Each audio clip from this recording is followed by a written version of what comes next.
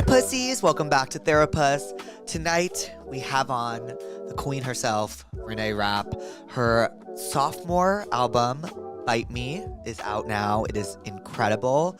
And she's just the greatest. She was the second guest I ever had on this podcast and is one of the reasons I am able to do this. Really and truly, I die for her. I love her. And to be able to have her come back on to promote her second album was really, really, really cool. And if you haven't heard the album, you please listen to it. It is unbelievable. She's unbelievable. And yeah, this episode is really funny. It made me laugh. She makes me laugh really, really hard. Yeah, I'm really excited for you guys to hear it. To submit Tell Me What's Wrong, go to passthatpuss.com and click Tell Me What's Wrong. Leave a name and number if you're feeling fancy, and enjoy the episode. Love you, pussies. Hi, pussies. Welcome back to Therapuss. Today, we have one of my best friends, superstar, I don't even... Take it away, Renee Rapp. Oh my God. Okay, don't mind if I take. Wait, taking. Taking and took. So Renee, last time I saw you was 2 days ago. That's right. How do you feel? Not great. Me neither. But you know what? Yeah. There's no better people to black out around than you and your friends. Oh my God. The lesbians do it right. Dude, they fucking do it right. We sort of do everything really right. It was just like, the safest place to black out. I woke up, everyone just texted me, you're good. No, like no sweat. I was like, great. I was like, great. You wake up the next morning to like a bunch of texts that are like, you were amazing last night, by the way. Yeah, and Holy I was like, shit. Oh my God. Girl, that performance was a 10 out of 10. There's Oscar buzz everywhere. Everywhere, girl. Speaking of Oscar buzz, or maybe Grammy buzz. Sure.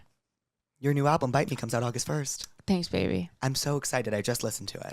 Thank you. Did you listen to the whole thing? The whole thing. Oh, okay. The whole thing. Okay, you have the whole thing. Front to back. Oh, wait, duh. If you have sometimes. Yeah, sometimes it was my favorite. And you were saying, who had to convince you to put that one on? So many people. Sometimes was... I was like, I really like it, but I wasn't... I was like, I don't know. Some songs like come to be a part of projects really late, like which I've found, I guess. And sometimes was one that like had been around for a minute, and I was like, I mean, I fuck with her, but I don't love her. And then we changed a bunch of the like verses. Okay, there's only 2, so we changed like we changed like all 7. We changed some of the verses, and then I started to like it a whole lot more. It's really fucking good. Thanks, baby. The chorus, what I like about it is the chorus goes somewhere that I didn't think it was going to go. Yes. You know what I mean? Like it goes and then the notes change and I was like, that's how I felt. And then I listened to it back again and then I played it for everybody in the house for a third time. Love. It's amazing. The hook does make you like, oh, my clit just jumped. You know? Yes. Like, hey, yo, yeah, it's good. And good girl. But you said I love good girl because I'm You love good girl because you're a straight white woman. Yes, I am. Like you at your core is a straight white girl. I am. You are. I am. That's totally fine, by the way. I'm about 2 out of the 3. Right. But I like when you said I like good girl, I was like, of course you do. That's of course. of course. The straight girls love good girl. And I do. I do too, by the way. The album itself is just phenomenal. Thank you, baby. It really is phenomenal. Thank you. Why is she still here? Unbelievable. Oh, why is she still here? It's just like, fuck, you know how to rock a ballad. Thanks, bitch. One thing about me, I love a little ballad. How long did the album take to make though? Like when did you start working on it post Snow Angel? We started like recording new songs in November of 2023. Wow. So 2 years. Yeah. 2 years. Long ass process. But I also just like, I feel like you understand this being so close to me. Everybody's always like, oh, wait, like, when are you putting out the next thing? Like, what are you doing next? Like, when's like your next song? Like, what's your next? I'm like, you bought yourself another fucking 6 months. Never ask me to put out shit ever again, which is not that anybody's doing anything wrong. I just hate being told what to do. So it took a long time because I'm stubborn, but it also took a long time because I really, I was like, I don't want to impress anybody but myself. Right. And so like if I'm impressed with it, then I can put it out. Cause like impressive is like, I think it can be easy to do something impressive. It can be easy to sound impressive. It can be easy to like make a big like singy hook that's fun or like something like catchy. Obviously it's like hard, but I think it's easier than you actually loving something. That's much harder. And do you feel like when everyone was like, well, when's the next thing? You're like, okay, well, now I'm just going to push it back just to push it back. Absolutely. Yeah. Yeah. It just pisses me off so bad. Not necessarily like fans of mine, more so just like other people being like, okay, and this is what you're going to do now. And this is what you're going to do now. Right. And I'm like, and what are you doing? And so what the fuck are you doing? Do you want to write it? Right. Exactly. Do you want to write it? Oh my God, wait, go. Hell fucking no. Hell fucking no. So yeah. It definitely made me a bit stubborn. But again, I wanted to be so obsessed with what I was doing. And you're obsessed with it? I'm so obsessed. I love it. I love it too. I love it. I used to think that was like an egotistical thing to say, is to be like, I love my shit. But like, I love this album so much. It's so important to me. Who told you that that is an egotistical thing? You're supposed to love your work. I guess so. Right? I never used to, contrary to popular belief, I never used to be good at complimenting myself or thinking that anything I was doing was good enough. And I still, as I was just saying, like I don't feel like anything is good enough ever, but this is probably the closest I've felt to that. Would you remember the final song you put on it and you were like, it's done? Bro, the final song that we put on it was You'd Like That, Wouldn't You? I love that song. Because I was like, I don't know, we made it when I was in Nashville and it was like the last like writing trip that we took. And I was just kind of like pissed the whole time. I was just depressed and I was like, fuck, I like want to be done with this, but I feel like we need something else. And so then I had that song for months, bro. And I'd never even heard it. And then Julian sent it to me and was like, this is kind of gas. And I was like, bro, shut up. Like, pack it up. Like, no way. Mm-hmm. And then I was like, this is kind of gas. I was like, wait, this is kind of good. So I think that was the last one. And then the last one we wrote was, I think, I Like You Better When You're Gone. I love that one. I love the whole album. Thanks. It's really, really just. Thanks, sweetie. Yeah. Me too. I'm really happy with it. It makes me like excited to go and like sing it. Like I actually really enjoy singing the songs that I've made, which is nice. So you're excited for tour? I'm definitely excited for tour. Yeah. We're depressed on tour, right? You and I. I mean, I was texting you like, it's crash out number 4 today. Of course. And I'm like, yeah, absolutely. Like it's the most like you're so incredibly surrounded and you feel so simultaneously lonely. I think it's just also like I feel like you and I are similar in the sense that like you are so honest, right? So like if you are feeling a type of way, like you want to get up on stage and just be like, I don't feel good right now. Right. I want to kill myself. I want to kill myself. Sorry. I'm mad. Yeah. And sometimes on tour, you can't do that. Well. Yeah, you should or you shouldn't. You could.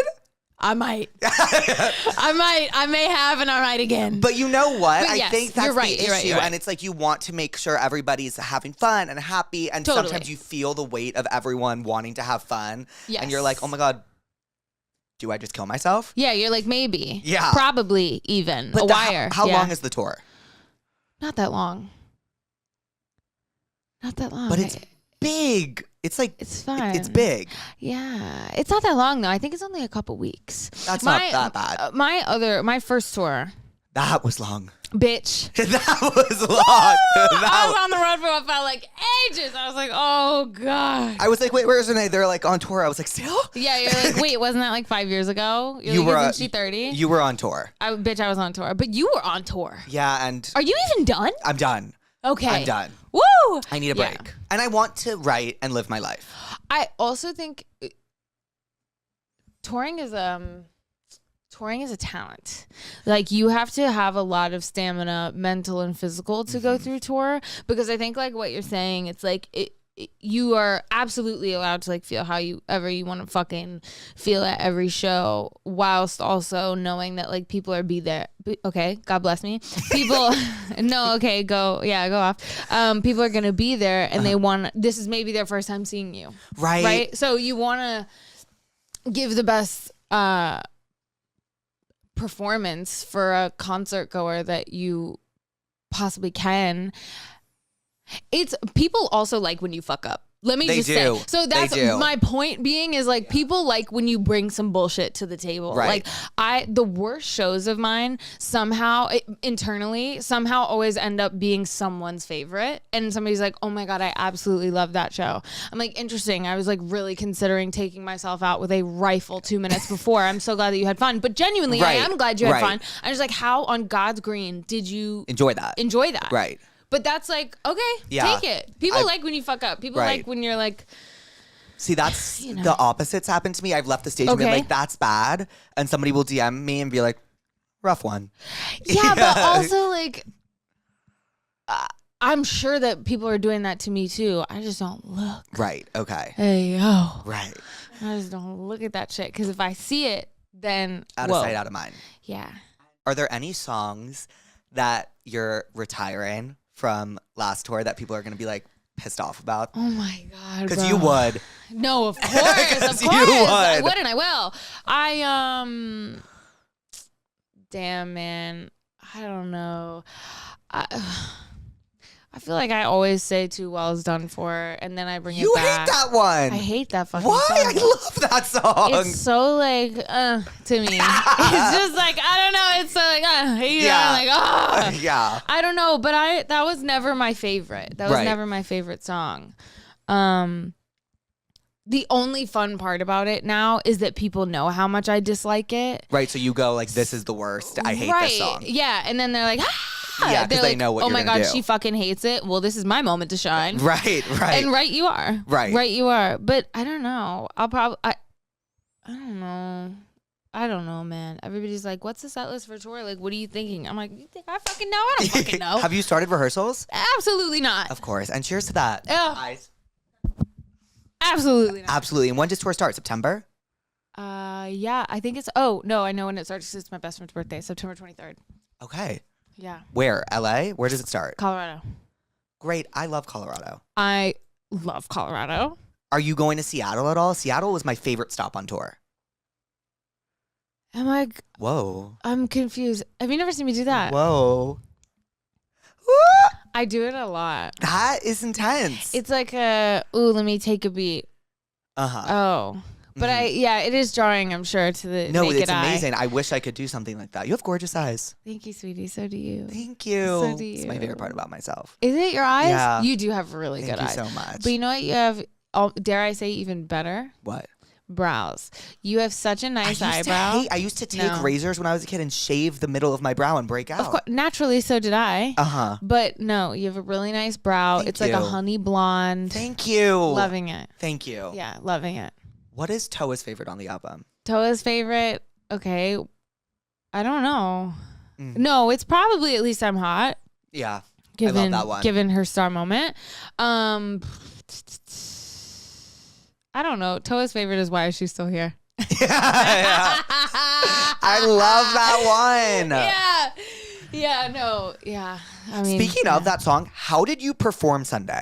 Oh my God, because we were out the night before. Yes, and Julia was like, Renee has this acoustic set at the Nice Sky. I looked at Julia and I said, sorry? Right. We were out till 5 a.m. Yeah. And you did it. I mean, it was at 8 the next night at least, but I was shaking like a whore in church. Yeah. I was shaking like a whore in church. Yeah, I was definitely DB. I was DB. But I actually, no, you know, I come to think, I don't know how I did that. I wear sunglasses when I perform a lot. Right. Do you do you feel like, well, I was about to say, I don't think you ever had stage fright. I was like, because you grew up on the stage. Well, interestingly enough, I was really nervous on Sunday, but I think that was just me being hungover. Or it could have been the fact that I just hadn't like sang any of those songs before. Right. which was maybe it, because I feel like also this album is like much harder vocally for me than the other one. You go on runs. Yes, there are like a lot of tiny little like acrobatics and intricacies that I didn't have in my first album, which I think my first album was like louder and higher and bigger and more of these like singy hooks, and this is smaller in a way. The hooks are smaller, which I think is actually more difficult. But they're a little more intricate. Yeah, definitely. Definitely. So I'm thinking. Right. I'm fucking thinking. It's like you're going on these runs, but they're softer, which sounds to me harder. Oh, no, it's 100% harder. Was it hard to record? Oh, death was on my mind every fucking day. Right, absolutely. Death was on my mind every day. I was like, woo. We cut every song so many times. Every song saw so many different, every key that you could even possibly think of in music. Jesus fucking Mary and Joseph. It was everything. So yes, it was literally so hard to record. You know what moment I remember that you knew you were in over your head? What? Do you know what I'm going to say? No, I don't know. The beach trip. Beach trip. Toa held a baby. Oh my god! Oh my god! That was everything. I remember you called me tweaking. I know, and I just brought you back there. I'm having heart palpitations thinking about it. That was fucking crazy. Yes, I was like, oh, she's down bad. No, I was like, this is. And she wouldn't text you back. No, she was playing with my fucking mind. Yeah, she wouldn't text you back. I was like, I'm sorry, we just held a newborn together. What's your fucking problem? I was like, Right. oh my god, I love you. Yes. Hello? I was like, wait. And now I'm like seeing you hold a fucking kid on the beach, and I'm about 6 months pregnant myself. Yeah. And biologically, how? His grace, bitch. His grace. I was so whacked out. I remember.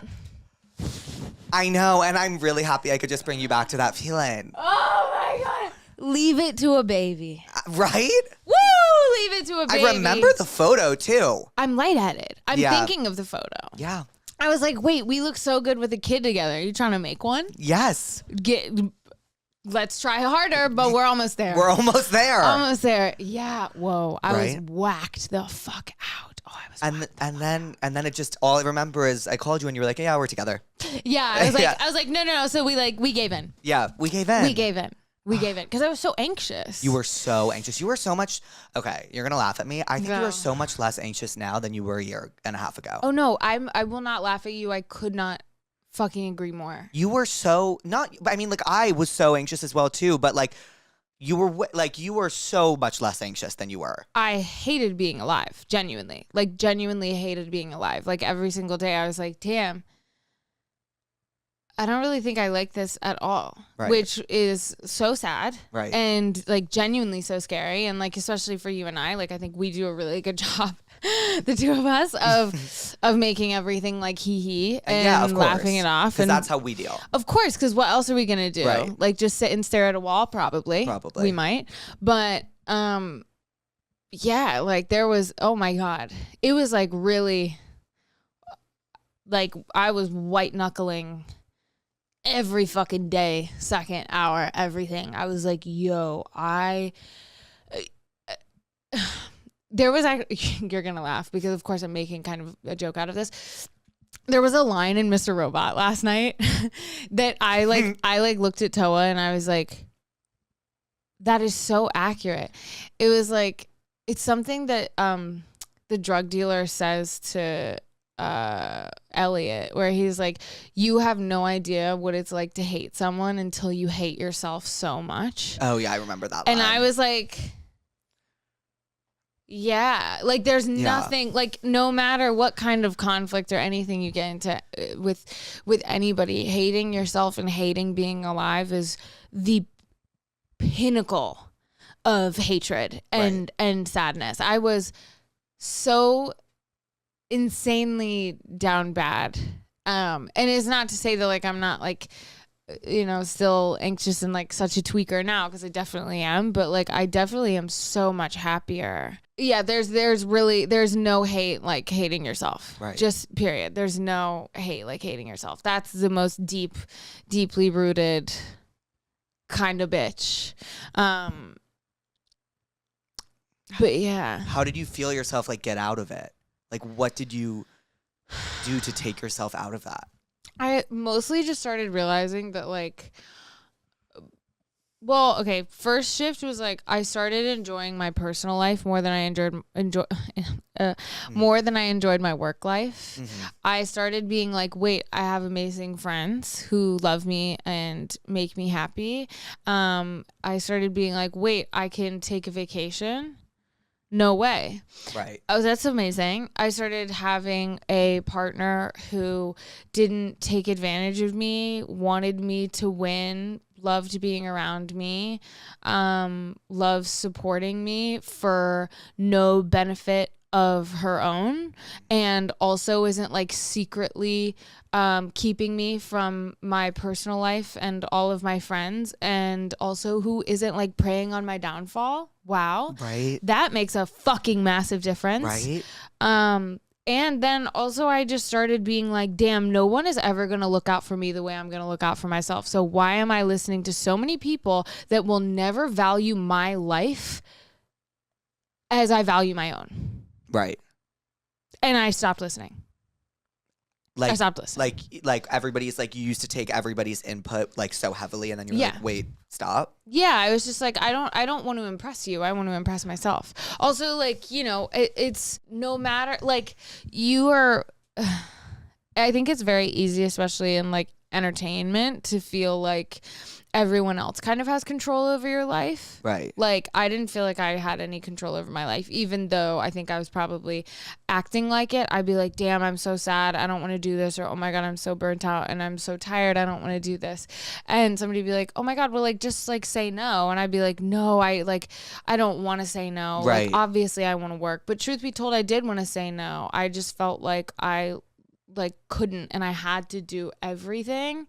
And I just started being like, damn, like my life is so much more full without me bending over backwards for bitches who don't give a fuck about me. Right. Whoa, my life is so much more full if I'm not trying to appease Tom, Dick, and fucking Harry. Yeah. Like, I don't care. Also, I feel like at the place you were in your career, like you felt like you had to say yes and do absolutely everything, or else it was going to go away. Yeah. Because it was so new. Yeah. And now it's like, no, I'm here. Yeah, now I'm like, girl, take it or leave it. Come on now. I literally take it or leave it. It is all good. Again, like I'm doing things to impress myself now. And you know what? That's fucking awesome. Yeah. And congratulations. Thanks, sweetheart. I love you. Thank you. I love you. You make me so happy. I can't tell you how happy I get every time that I see you, and whenever you come out with us. It's like a breath of fresh air. You're mommy to me. You're my baby. And like we hate boys, but I like absolutely need you there. Like I need water. Me, Julia, and Peyton have our best nights with you. I gotta say, I agree. Yeah. I gotta say I agree, because also our nights are infinitely better when you guys are there. We're always so Really? excited. Yes. It is the best. Yes. And you know you are my lucky charm for catching a dick. Come on. Have been, always will. Which is so insane to me, because I'm like, what the fuck about me is attracting dick? It's the antithesis. Hey, yo. But it's like, so crazy. But it works for me. I don't know what it is. Every time. You know what? I think you make me feel so good and confident that I'm just like... that it brings it in. That it brings it in. That actually fully tracks. Yeah. Because one thing about it, we are not... we're not going out to like look cute and have fun and be seen. Actually, we're trying to maybe not do that. Right. We're trying to be seen as little as we possibly can, because we're dancing on tables on crutches. Is she okay? No, she's not okay. Okay. No, she's fine. She's fine. She like, God bless her. I kept saying, where's Toa? Where's Toa? And Renee said, oh, you haven't heard? Look for the crutches. Literally look for the crutches. She sat in the corner like, babe, get up. Yeah. Do you guys know that one place in your home that you just think about all day? For me, it is my bed. And I don't know if you guys know, but I recently moved into a new room and I got a new bed. And so I needed new sheets and new blankets and new pillows. And I got them all from Cozy Earth. I got bamboo sheets, and they are the softest sheets I've ever had in my entire life. I literally, I'm not even kidding, the entire day I spend thinking about my bed. I never want to leave my bed. It's like one of those things where it's like, I can't believe I used to not sleep in these sheets. Do you know what and I'm being so serious. I'm like, I really have never felt this way about a bed before. It's the bamboo sheets and the duvet insert. Like, they have everything to make your perfect bed. Not only that, but they also have loungewear. So they have hoodies, they have t-shirts, they have pants. So, like, think about it. Like, a bedding company making clothes, like, obviously they're going to be comfortable. Do you know what I mean? Like, you're wearing a bed. I do have a 40% off discount code. It is right here. You can use it. I'll also put it in the description. Trust me, it is worth it. I bought my sheets the other day, and I'm now, while I'm telling you this, realizing I had a 40% off code that I forgot to use for my own sheets. So I'm honestly a little frustrated, so please use it for me. And Cozy Earth knows that, like, picking bedding is very difficult, and it is a really important decision. So they have an 100-night sleep trial. If you do not like it, you can return it free of charge. So head to CozyEarth.com and use my code for 40% off. Thank you, Cozy Earth, for sponsoring tonight's episode. This episode of Therapuss is brought to you by Booking.com. Yeah!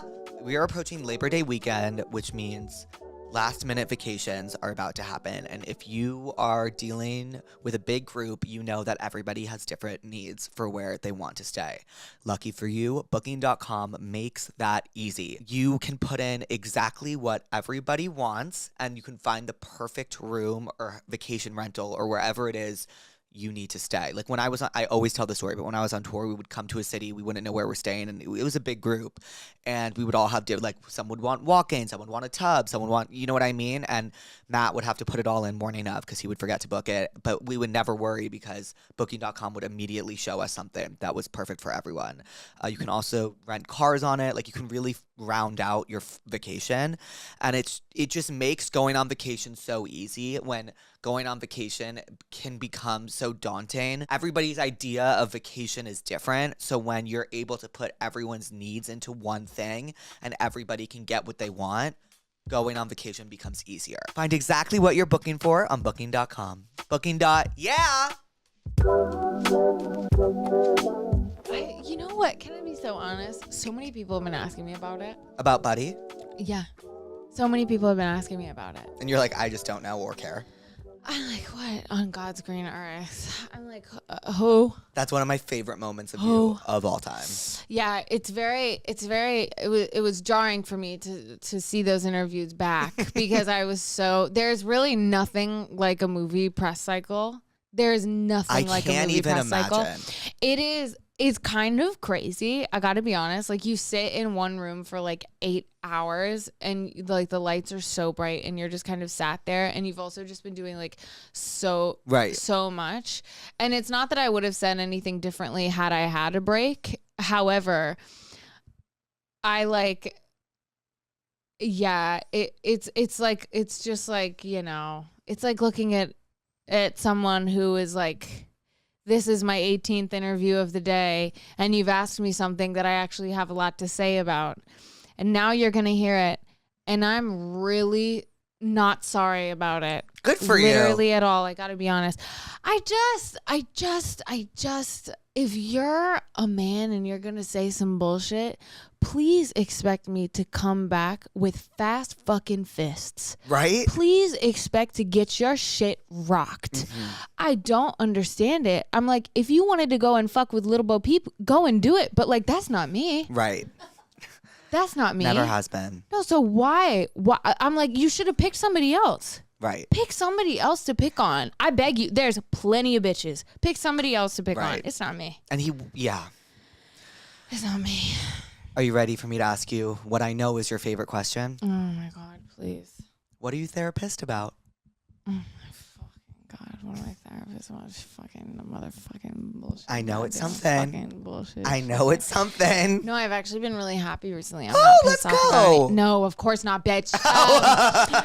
What am I pissed about recently? Or what am I therapist about recently, shall I say? Okay. Let me think of a good one because there's so many. They just like pop up like they pop up like something. What pops? Puss. Hey, okay. What's something I'm pissed about recently? Oh my God. There's so many. Give me like 2 seconds. Let me just sift through everything in my brain. I used to really just let it rip. I know. I used to really let it rip. I'm trying to be thoughtful. God bless my mother. She's like, please, I don't want to deal with any more like suing threats. I'm like, fuck it. But no, I'm thinking about it. But you're going to have to A-okay this one. Okay. This is something you're going to have to A-okay. Why? You know what I'm Therapuss about? What? You can cut this if you're not okay with it. Oh, fuck me. You can cut this if you're not okay with it. Who the fuck was that man the other night trying to get your friend in the car? Oh my God! I was like, wow. I was like, why are we sat here? Do you remember that? Yes, I remember just you and me going up to the car and me saying, you have to like, leave. Being like, you have to go. Like, what are you, like, what's going on? Like, you have to leave. Why are you, like, you're tall, leave. Yeah. I don't know. And like, God bless her. God bless her. She's such a cutie. But I was like, we've got bigger fish to fry, certainly, right? Right.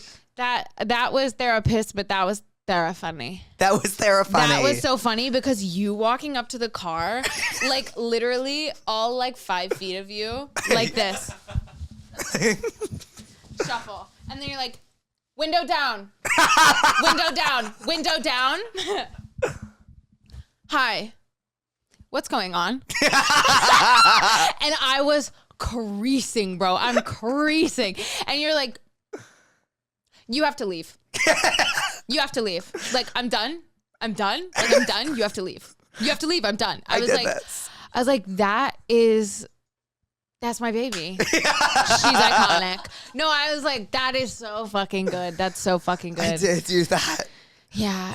No, that was awesome. And then before that, there was my first, here's how I got there. Right before that, the B to that C, shall I say, was we didn't have any tequila. We just had mezcal, and I don't like mezcal. I hate mezcal. Why are we shooting mezcal like freaks? Okay. I was like, no. I don't like mezcal, and I don't like vodka shots.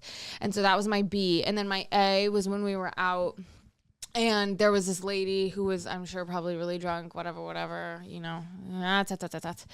And when we were sitting in like the thing outside, there were purses outside, but like I didn't know who was sitting there. And so we sat like next to the purses, and like some lady like came over and gave Isabel like attitude for us like sitting near where the purses were.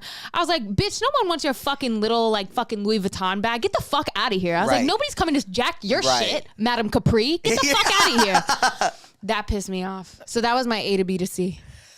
And that was so beautiful. I'm sorry to take you on that journey. No, that was an amazing journey to be on. Yeah. God, you are so funny. I couldn't be more obsessed with you. I love you. I love you very bad. Are you ready to do the tell me what's wrongs? Girl. I know you are. Girl, believe you me. My boyfriend said, you remind me of my dog. First problem right there, boyfriend. I knew it. Yeah, sorry, go ahead. I didn't interrupt you. My boyfriend said, you remind me of my dog. I meant it as a compliment. Okay. I don't know what that means. He just called you a bitch, by the way. Right? Like, that's literally him calling you a bitch. So move on. Can we be real for a second? Mm-hmm. There is such thing as an ugly dog. And you know what? You're right. We gotta stop playing like the ugly dogs are cute. I agree. We gotta stop playing. Sometimes that bitch is ugly. So take a peek at the dog. Right. First. And second of all, he just called you a bitch. But if that is like a white crusty dog, then like you need to let that hoe go. Right. Remind you of your dog. You agree that like dogs can be ugly. Just like let's say it. Of course I agree. Let's say it. Babies can be ugly. And Renee, that was on the tip of my tongue. Sorry. That was on the tip of my tongue. And it's like how awkward when someone shows you a baby and you're like, fugly. Yeah. Like, Hate it. And trust me, I'm seeing them. Yeah. I'm seeing them. My friend has an ugly baby. They do? Yeah. And have you told them like this baby is ugly? No, I just don't really go around it. I'm hoping that in some later years, you know, by the way, I was ugly when I first came out. You were? Yeah, I You've was never ugly. been ugly. No. When I was first born, I was overcooked, red, and crispy because I came out about a month late. I thought you meant as fucking lesbian. No, oh my God. It's No. When I came out as lesbian, fine as fuck. No. I was like, you looked really good when you came out as lesbian. You're like, I'm pretty sure I've known you for a while. Yeah, I was like, Like, what you are know, you that's pretty talking good. about? No, when I came out, like, boom. Got it. Yeah, I wasn't cute at first. Grew into myself. Right? There's hope. I'm not saying there's not hope. But like, if the baby's ugly, I think it's good if the parents are just like, I know. Ugly babies, ugly dogs, lead a hoe. That was biblical, what you just said. Yeah. I saw it in Bible. Saw it in the Bible. Read it. There. Mm-hmm. You know they were fucking on each other. Everybody. I think so In too. Bethlehem, bitch. Come on. What's Bethlehem? That's got to be where Jesus lived. I don't know anything. Can I be honest? I actually don't either, but I know a couple names. Jesus, Mary. Adam, Eve, Mary, God. Joseph. Is God Jesus?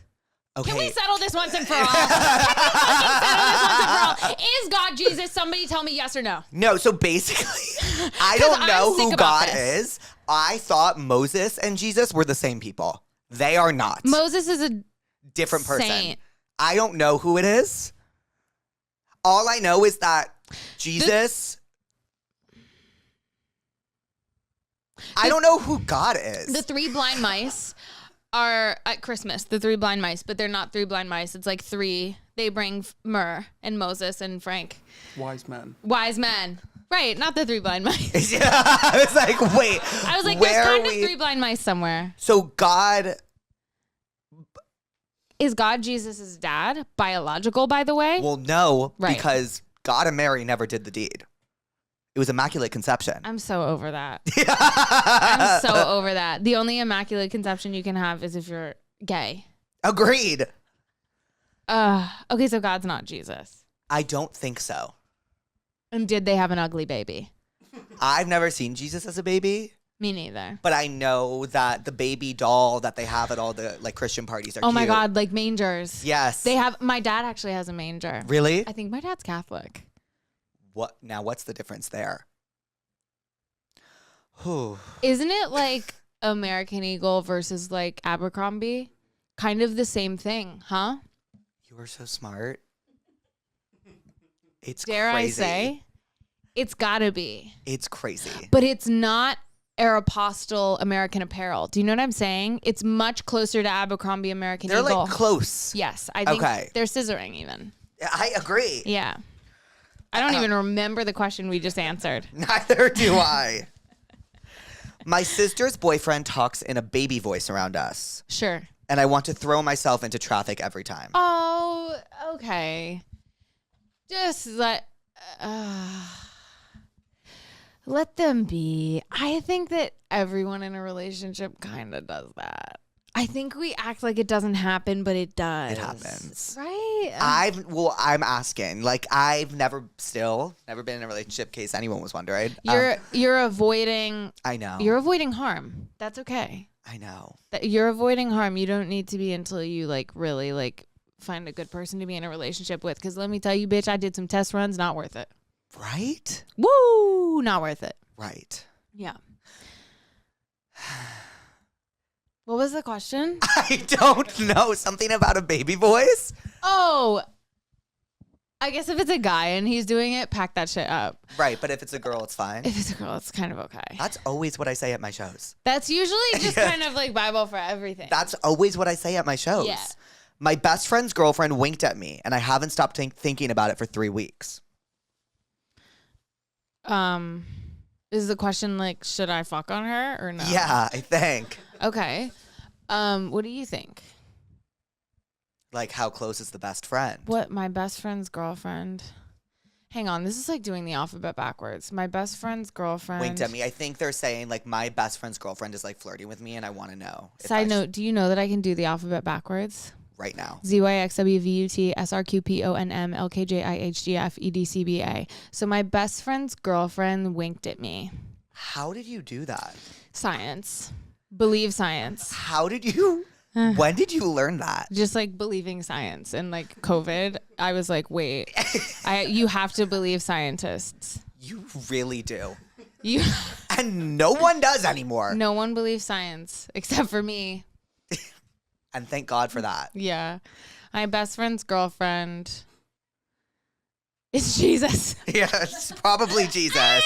Yeah, it depends on how close the best friend is. And also, in a way, I'm winking at people. I knew you were gonna, because you do. You're a winker. I love to wink. I love like a wink, flirt, fun, play. That's all fun as long as there's nothing underneath it. Right. So maybe this person's projecting because they have a crush on their girlfriend. I mean, yeah, like if you want to fuck on the girlfriend, just say so. Right. Hey, yo. I don't know how I'm supposed to please my parents when it comes to college and careers. They shut down every path I suggest. What do I do? Oh, this is the first like genuine question I've gotten in this category. Wait, okay, hang on, tapping in. What's the question? I'm scared. This isn't like Ugly Babies. This is like dead ass. I don't know how I'm supposed to please my parents when it comes to college and careers. They shut down every. Sorry, it's not funny. It's just you were funny. No, it's hilarious. They shut down every path I suggest. What do I do? I've said it before. I'll say it again. Euthanize your parents and move out. Do you like that? You know, the first research paper I ever wrote was on euthanasia. Legalize that. What did you just say? Yeah, the first research paper I ever wrote in 8th grade was on euthanasia. Can I be so dead ass about what I thought you just said? Yeah. The first research paper I ever did was on youth in Asia. And I was like, hell yeah. And you know what? Yeah, it was. Yeah, it was. And I was like, how did you get that from euthanization? Euthanasia is what you call it. Yeah. Oh, bitch. I was like. Did you mean emancipation? About what? The parents. Or did you mean. Oh, no, I meant euthanization. Oh, okay. No, I did mean euthanization. But emancipation would do as well. Right. Close second. Yeah. I don't know. Get really good at something and then prove them wrong. My parents thought that I was going to crash and burn and be dead in a ditch somewhere by the time I was 17. And then at 18, I got a job. So. Was that when you booked your first job when you were 18? Yes. And it was Mean Girls? Well, I was in callbacks for Mean Girls when I was 18. I got my first job of a reading for something when I was. Okay, when I was 18, and then I officially contracted paper money in my fucking pocket in 2019 beginning. What did your parents want you to do before that? Anything. They were begging. They were looking for a prayer. They were sweating like a whore in church. Woo! They were sweating. They were like, please do anything. We're begging. They wanted me to be professional golfer. What? Because, yeah. Do you know this part of my lore? You were a golfer? My whole life. What? Whole life. I was on every team. Did you enjoy it? Yeah, I love golfing. I still love golfing. You've never seen my custom golf bag? No. Initials and all, girl. Wait, what is golfing though? Golf is similar to, okay, let's go. Okay, beginning here. Okay. You have a lot of straight friends. You know what pickleball is. Yeah. Pickleball is to golf as Catholicism is to Christianity, Whoa. as American Eagle is to Abercrombie. Right. Golf is so fun. It is such a mental game. And it is, contrary to popular belief, a very athletic sport in the dome. It's so fun. So did you play, how old were you when you started? I started playing when I was probably 6 or 7. So you remember the Tiger Woods scandal? Do I remember? It was all the rage. Was it like the biggest deal ever for you? Girl, it was all the rage. I was like, what's going on? It was the craziest. And then I'm pretty sure she hit him with her car. Did she? Didn't she? I just remember because it was the drama of my household. Like, it was the drama. And everyone was like, did you hear? Of course. And at the time, I was like, hello, this is like me 7 years old, like not believing women. Hello. I'm like, but it's like Tiger Woods. Like I was like, wait, like he's kind of like my everything. Right. I'm like, oh, okay. But yeah, that was like massive drama. Massive drama. And then there was a DUI. Yes. Few, I think. Yeah, it was a whole to do. I know. It was a whole to do. Yeah. I hate all my friends. Sure. They're immature and constantly shut people out. But I'm at the age where it's hard to make new ones. If I leave them, I'll be alone. What do I do? What's your age, babe? It's never too late to make really good friends. I also agree. And what's always so reassuring is whenever I'm with someone that's like 40, and I'm like, yeah, I've known him since for like 10 years, and this is my best friend. I'm like, oh. And you can always meet new people. You can always meet new people. My friend group so well. Yeah. We've all been best friends for, I mean, honestly, that like massive group has only been like really best friends in this specific iteration of everybody. Like all of like T's friends and my friends have all only been together since, I guess, January really of this year. What? Like in that way. Right. I mean, like we've been best friends for years, right. But like all of us, like in the specifics, like if you include like everybody, even from like my friends who you've known for forever, have only been all super tight since around January. And like we are so inseparable. Right. And like they're the greatest group of people that I know. And also my best friend, Will, I didn't know until last year. I know.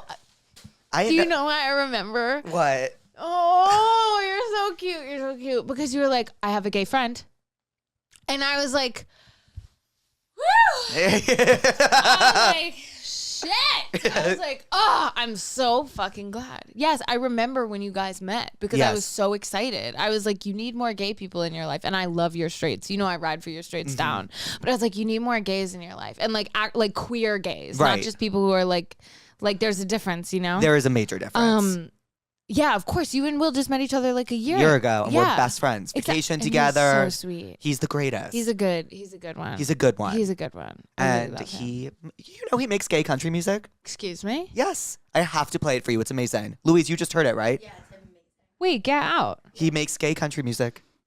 Hello? Yeah, he's the voice of an angel. Yes. Will talented and unlocked. Yeah. Unlocked. That's very Will alert. That's so Will alert. Yeah. Will alert. Yeah.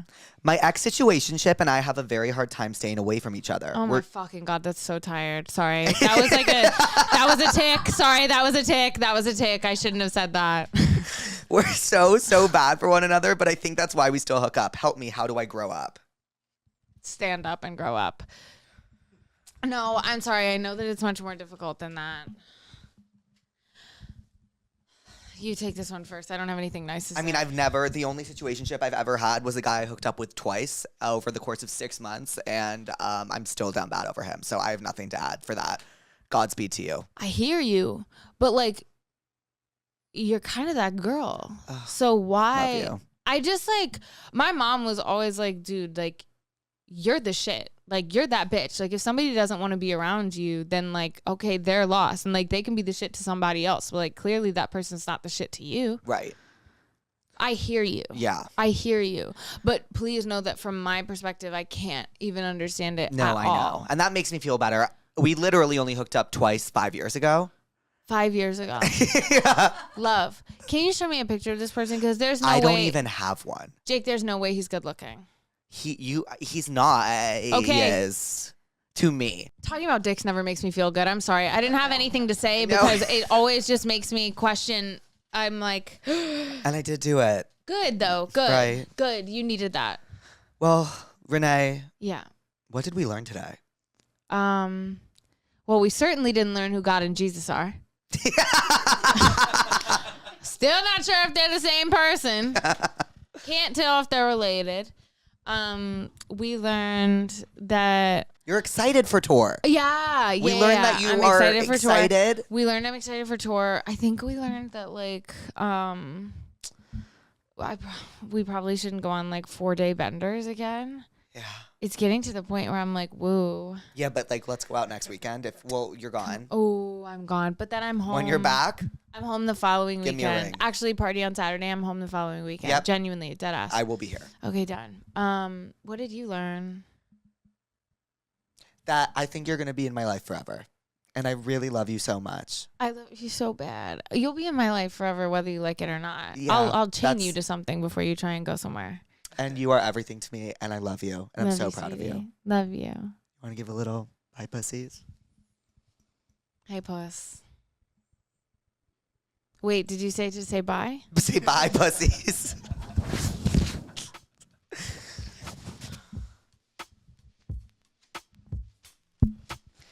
Bye, pussies. Hi, pussies, and welcome back to Therapuss. Today we have one of my best friends in the entire world on, Brett. You guys all know Brett, so I don't really know if I need to explain anything about Brett. But for those that don't know Brett, Brett and I have been best friends since the first day of college. It's like one of those like we met and instantly became best friends. We've been best friends ever since. We've lived together for, I think we're going on year 3 now. Everyone knows her. I feel like you all know her. I don't know what the fuck I'm talking about. Anywho, I just got back from Courchevel, France, and I had the time of my life skiing. I didn't take my meds for 5 days. I felt so at peace. So that's just kind of what's going on in my mind. I'm also really hyperfixated on the fact that Phoebe Bridgers hasn't released an album in 5 years, and I've been listening to a lot of Phoebe Bridgers lately. What else has been on my mind? You guys watching Severance? Are you watching Severance, Louise? Yeah. I'm not loving it as much as you love it. Why? I don't know. I'm caught up, though. Fully? You like season 1? Maybe I was scrolling too much while I was watching. Yeah, you can't scroll and watch Severance. Yeah. Anywho, what else has been on my mind? Oh, I've been really debating. I know this sounds crazy because I've been in... What? Really into bathing? Debating. Oh. What did you think I said? Bathing. No, I don't. I hate baths. Fun fact about me, I hate baths. But I've been really debating a New York move. I don't know. I've really been thinking of... I mean, I've really been thinking about it. Connor Wood inspired me. He really did inspire me, and I am really thinking that maybe I want to do 26 in New York. So that's what's been on my mind, honestly. But I'm not going to think about it until closer to when my lease is up on this place. I just love LA so much. I don't know how I would ever leave. My entire life is here. Everyone I love is here. I don't want to leave, but I love New York. Wait, we just announced tour. Since last week, we just announced tour. I'm really excited. I'm nervous for sure. I'm definitely nervous, but I'm really, really excited to get back on the road. If you went to my last tour, this is a different show. There might be some elements that are the same, but for like the most part, this is a different show. I'm really excited. I'm really excited for Matt to come back. Does he land tonight? You guys, I have been desperately trying to coerce Matt into doing a Therapuss episode. Please, do you want a Matt reveal? Just for 5 minutes. That's all I ask from him. 5 minutes on this podcast. That'd be awesome. Speaking of tour, you can buy tickets for my tour on SeatGeek. Thank you, SeatGeek, for sponsoring today's episode. With over 28 million downloads, SeatGeek is the #1 rated ticketing app. And you guys know my code, Therapuss10. How meta would it be to buy tickets to my show using the code Therapuss10? As you can see, my show right here, Jake Shane, 36 events. You can see Live with Jake Shane at a city near you using code Therapuss10 for 10% off your purchase. SeatGeek also rates tickets on a scale from 1 to 10, 10 being the best, 1 being not the best, and it also has a color scale, so if the ticket is rated green, it's amazing. Red would be considered less amazing. If you open your SeatGeek app right now and add code Therapuss10, you can have 10% off your purchase for any show, whether that be comedy, a dance recital, a concert. I mean, there's so much to see. Role models on tour. Tate's about to hit the road. Gracie's about to hit the road again. So am I.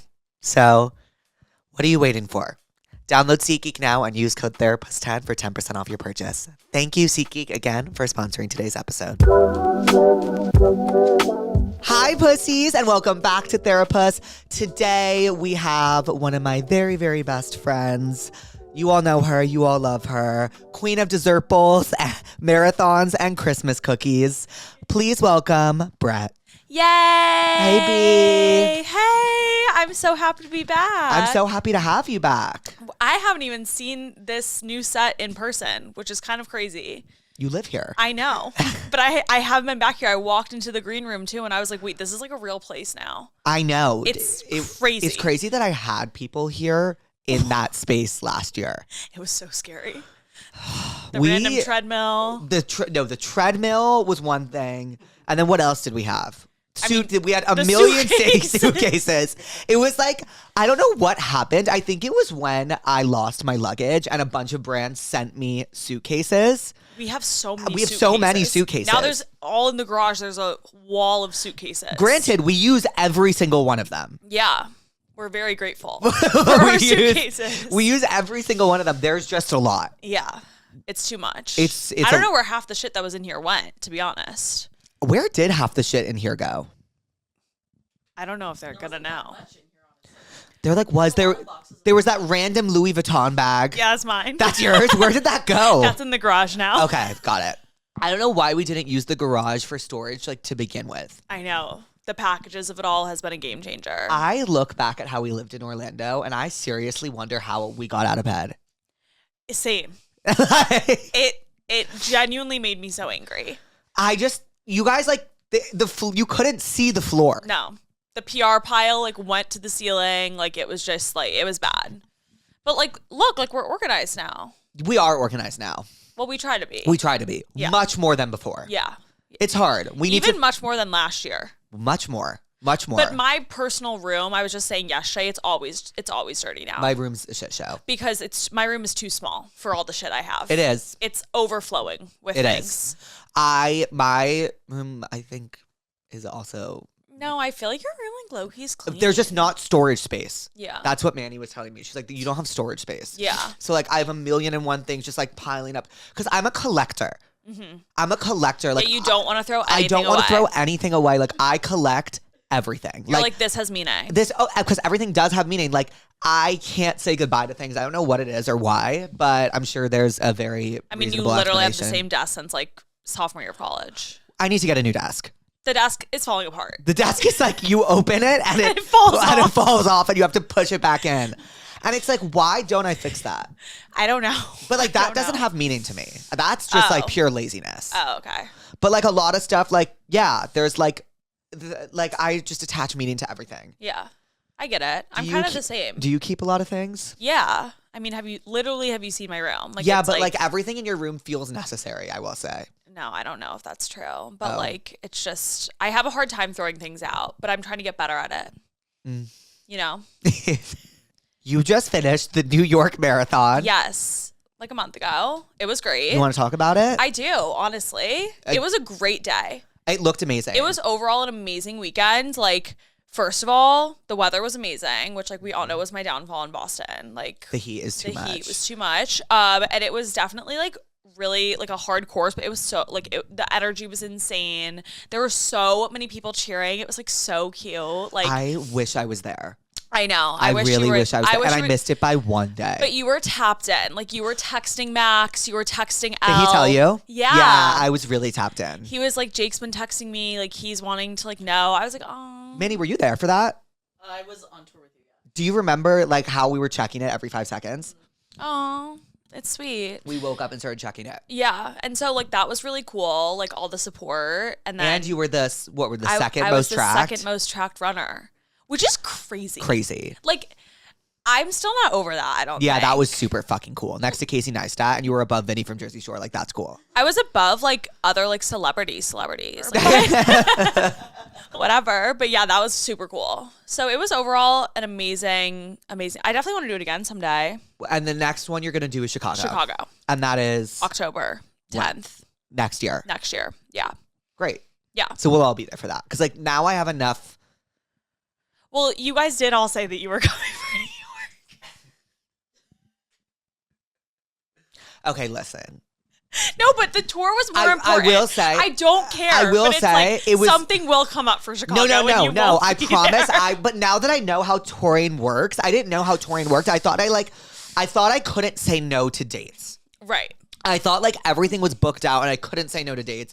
And like now I've learned that like I can move stuff around. No, totally. But like I really wanted to go to Arkansas. Yeah. And that's why where I you missed were. it. Exactly. So I was like, it's fine. Like, it's fine. But both there is ways. nothing over October 10th. Like I'm saying it right now. Like I won't do a show that day. Like I am having that day free and I'm coming to the marathon. All right. Let's see. It's your hometown marathon. It's your hometown marathon. Like I do have to go. I would love to have you there. Okay. But like, obviously, no pressure. Clearly. You were so good during the first one. Like, it was just like so fun. But that was in LA. So like, Yeah. it was like, I better have been good. Yeah. Like, Yeah. do you remember that was the best weekend ever? You guys had a lot of fun that weekend. No, but just like the marathon of it all, also like waking up and like, I guess I didn't sleep actually. You didn't sleep. But I had so much fun that weekend. Yeah, it was a good weekend. It was a fun day overall. It was such a That fun was fucking such like day. a fun, like different time in life. Like It was midnights. it was it was like a little after midnights, but like you had just gotten famous. Like I just started like seeing Max more seriously. Uh-huh. Like it was like things were just like changing. Things were changing. And it's kind of crazy to think back on, but It was a really crazy time. I would say my favorite memory from that time is all we do reminisce. kind of. Yeah. And then we went to Taylor Swift the next weekend. That's yeah. my favorite memory. Yeah, that was a really, really, really good Should we memory. talk about Era's ending? I'm very upset about it. Yeah, me too. But like you did, like Brett brought up a very good point today. Like she made so much goddamn fucking money off that tour that like she will do something of like maybe not the same stature, but a similar stature, hopefully, or not hopefully. Like No, she'll tour again. She'll tour again. I don't think we have to be worried about her not touring again. I just was like, I was saying to Max, I was like, I'm so upset that like I'm never gonna see this show again. And he was like, you're being like a bit dramatic. Like she made so much money. Like her next tour is going to be like a similar vibe in some sense. Like I don't think she can go back to just touring one album. And then you said the smart thing about like the 3 to 4. I think she's gonna do like 3 to 4 or like 3. I'm gonna say 2 to 3 albums. And then tour. Yeah, and then tour those albums. Yeah. Along with her hits. Yeah. She's always going to like dedicate a era of that tour to the Bad Bloods, the Shake It Off, Love Story. Like she has to. She's done Love Story at every single tour. Of course she has to. Yeah. And like she's going to do she now is going to do Cruel Summer at every show, which is like very good news for you. And like the surprise songs aren't going away. TTPD? I think, I Can Do It With a Broken Heart. yeah, she'll do I Can Do It With a Broken Heart. Yeah. I think I'm very upset that I never got to see TTPD. I know, it's kind of insane that you never got to see it. I know. I only saw it once, and it was in Zurich, and the Zurich shows were... You know how I get offended so easily? Yeah, yeah. Well, not offended so easily, but like I take things personally when I shouldn't. Brett takes things very personally, especially when it comes to Taylor Swift. But things that I don't get offended by things that I should get offended about, and then I take things personally that I shouldn't. So do you ever get those TikToks that's like unpopular Taylor Swift opinion? Yes! Yes, and it was like, what, the Zurich shows were super low energy? Yep, and I commented. And you got angry? It came up on my For You page like yesterday, the day before, and I commented like, that's just the Swiss culture. Yeah. Concert etiquette is different everywhere. I was there, and it was so fun. I got so offended. You also got offended when you weren't a verified fan on Ticketmaster. Oh like, my God. legitimately offended. Like, it was like a point of contention in the house. Like, me and Julia got verified fans just because it was a fucking robot picking it. I didn't know it was a bot. And Brett was like, so weird that I didn't get it. Oh, like, and we were like, it's a bot. She was like, must be. I was so mad. But we got the tickets, and that's what's mattered. But then, yeah, exactly. Do you know what I regret, actually? If I have like one Eras Tour regret, What is it? I wish we went to opening weekend. Me too. But we couldn't have because that was the marathon. But I do wish. And I think I knew there was a reason we didn't do that one. there was a reason. I was like, why didn't we? I was so Well, confused. There was a reason, but we also like didn't fully like consider it, I don't think. Because I wasn't signed up for the marathon when we got our tickets. What? Yeah, because we got our tickets. Okay, well, everything happens for a reason because now you're like a thawning queen. Yeah, exactly. Like, imagine if I didn't Yeah, do it. imagine we went to... Because I obviously would have been like, oh, I'm not doing the LA Marathon. Yeah, I'm going it's to Eras. Eras, yeah. And then I probably would have never become a Thon queen, to Yeah. be honest. Ever. And what would we be up to? I have no idea. I don't know what the fuck I would be doing. Like, You'd be making dessert bowls. yeah, no, totally. But You'd anyway, be running still. yeah, I'd still be. I probably would have done one eventually. You should do a TikTok of all videos of a bunch of you, different clips of you running in all 3 marathons to Dancing Through Life. Oh, that's a good idea. Yeah, I think it would go super viral, and the caption should say "Running Through Life." Okay. Can you do that after this? Yeah, will you help me? Yes, Pick I out think it would go clips? super viral, and then like end it with you like finishing it as well. Yeah. I don't know if I have any videos of me crossing any finish lines. Oh wait, no, I have one in New York. I have one in New York. I was about to say, Not LA though, and not Boston. Not Boston. I was not looking. I good. knew you were so angry. I was so mad. It was a hard day. I sobbed the entire flight home. Max was like, Brett, are you okay? Like, I was sobbing. But thank God that like it just made you work that much harder, and it made you do hill training, which you never thought to do before. Yeah, well, I mean, I did hill training for I Boston. knew but, you were about to say that. but not to the extent that I should have. Like, I was Right. way more prepared for New York. And also, what I said is that like since Boston went, my first marathon just went like picture perfect, and so like It did. since Boston didn't go well, like that proved to me like even if it's so hard and it's sucking, like I can finish. Like I was hurting with 10 miles left in the race. Like that's insane to think about. Like, That- and I still finished it. Yeah, exactly. And it is true. Like LA went so picture perfect just because it was like February. It was freezing cold was out. cold. It was freezing cold. It was like 5 a.m. I Like, knew what to expect. Yeah, it started at 7 a.m. Like I knew what to expect about the course. you know like, the LA streets. yeah. You know the LA streets. You knew where you were running through. Like Yeah. it just worked. But yeah, not Boston. But yeah. But next Chicago, and then what's after Chicago? Tokyo. No, I'll probably try to do London or something the following spring. And then I'll only have 2 of the majors left, Berlin Holy and fuck. Tokyo. I know what you'd be up to if you were not fawning. What? Grad school. 1,000%. You'd Oh be my up God. to grad school. You guys, I went through like a post-grad crisis like so many people do. And I was like gonna go to grad school. Like dead set on it 'cause- too. And we 'cause- were like, I was like, Brett, no, actually, I think I was like, do it, girl. I think that we like didn't know what to think, but that's literally why I was going through so many things because Yeah. like training for the marathon and then I met Max. Then I was like, wait, I actually don't hate LA anymore. And so There was a then- moment where we were like miserable. miserable. I think it's post-grad's hard. Post And grad's no hard. one talks about it. Like that like November, December of post-grad, like those times were dark. We didn't go out. We only went to Taylor Swift nights. Yeah. And we went to multiple of them. Yeah. Those were the only things we did. Yeah. We went to Market like maybe 2 or 3 times. Yeah, but at the time, Market was only playing like house music with no words. Like, is it better now? I haven't been in so long. no, Okay. I didn't enjoy myself last time I was there. No offense to anyone that I was with. I love you all. But like, I didn't enjoy myself. Yeah. I don't Like, enjoy Julia myself threw at up all. in a cup and left and like Irish goodbye. When was that? That That was recently. It was recently. And I was like about to like get into having fun. Wait, was that after your Birthday. or It was after my birthday at after Bird party? Streets. Oh. And Julia threw up in a cup and I was like about to get into having fun and Julia wasn't there. And I was like, okay, Yeah. sorry. Yeah. Yeah. No, Pay wasn't in town. She was in Europe. Oh my God. She was in Europe. Pay would have stayed. But yeah. Julia, you left at the original party. Yeah, I was sick and like Yeah, you you know were- me. yeah. If I am sick and like whatever, like I'm like It was a miracle that you were there to begin with. yeah, I really did not feel well Yeah, at all. you And then I you had were to a force trooper. myself to go to Caroline's birthday the next day. And then so I took an Adderall to like try to get through it. Am I allowed to say that? With me, yeah. What do you mean with you? Like, do you care? no. Continue. Continue. I mean, I'm just being honest. Like To the younger viewers, don't do what we do. Like that, but we aren't trying to be role models. we in that aren't trying to be sense. role models, but continue. Basically, I was feeling sick. And so I was like, I need to take an Adderall in order to get through this birthday. Because Caroline is like my childhood best friend. She just moved to LA. I'm going to her birthday.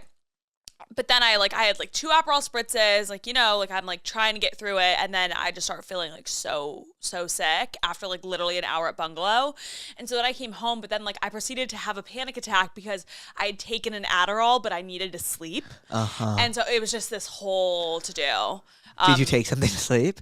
Yeah. Well, just NyQuil. Nothing like serious. But I was able to sleep. I just spoke about this when Julie and I recorded, but there was this thing about this girl that took an Ambien on a plane and blacked out so bad she masturbated mid-flight. And a flight attendant walked by and saw her pants down of her like... No. Is that real? Mm-hmm. No. Have you ever heard Manny's Ambien story? It's not that. No. So Manny's Ambien story, Manny took because I almost took an Ambien. Like I've never taken one before, ever. And we had a lot. Why did I want one? Because we had just been laid over and we had like a 6-hour flight. We had a 6-hour flight and I had a show. And I was really, really, really scared that I wasn't going to be able to sleep. I was terrified. Yeah. Because I needed to be on. Yeah. And it was a red eye. And I was like, I need to. And I need Is this to. when you were going to Pittsburgh? Yes. I almost took an Ambien. Like it was an Ambien, right? And it was on my tongue. And she goes, before you take that, like, I just want to tell you, like, go straight to bed. Like, don't stay awake. Like, you might do weird shit. And I was like, what? Because, like, the way I fall asleep is, like, I scroll. Yeah. That's how I fall asleep. Yeah. It's toxic, but, like, I would have stayed up had I taken it. I didn't know it, like, didn't, like, automatically just, like, knock you. Like, I didn't know you had to, like, actively, like, close your eyes. And she was like, when I took an Ambien on the plane for the first time, I fell asleep and there was a bag of Cheez-Its next to me. I woke up, the bag of Cheez-Its was gone and like finished. And I turned to the guy next to me and I said, hey, did you eat these Cheez-Its? And he said, no, you actually woke up in the middle of the night, ate the Cheez-Its, then accused me of eating the Cheez-Its, went back to bed, woke up and have done now the same thing twice. Shut up. And I was like, did you know the guy? No. Shut up. God forbid I like post something crazy or like, oh, so true. like God forbid I just like have a Kristen Wiig moment. Like I just like was like, you know what? Yeah. I'm going to do an Advil PM situation. Yeah. And that's what I did. That's smart. I also, one of my mom's friends, I think this happened to, but she took like an Ambien or one of those before they took off on like a night flight to like Paris. And then they ended up like taking off and then like they had to like come back down for like some reason. And like she was like super like discombobulated and like couldn't get off the plane. And like it was this whole thing. She like couldn't move? I think so. I forget the story, but that's why my mom says always wait till you're in the air to take your lorazepam. Oh, I met someone the other day that was taking lorazepam. I take lorazepam on my flights to Europe to help sleep, but that's it. That's the only And time I take them. are those as strong as Ambien? No. Oh. Yeah. You know, Severance returns.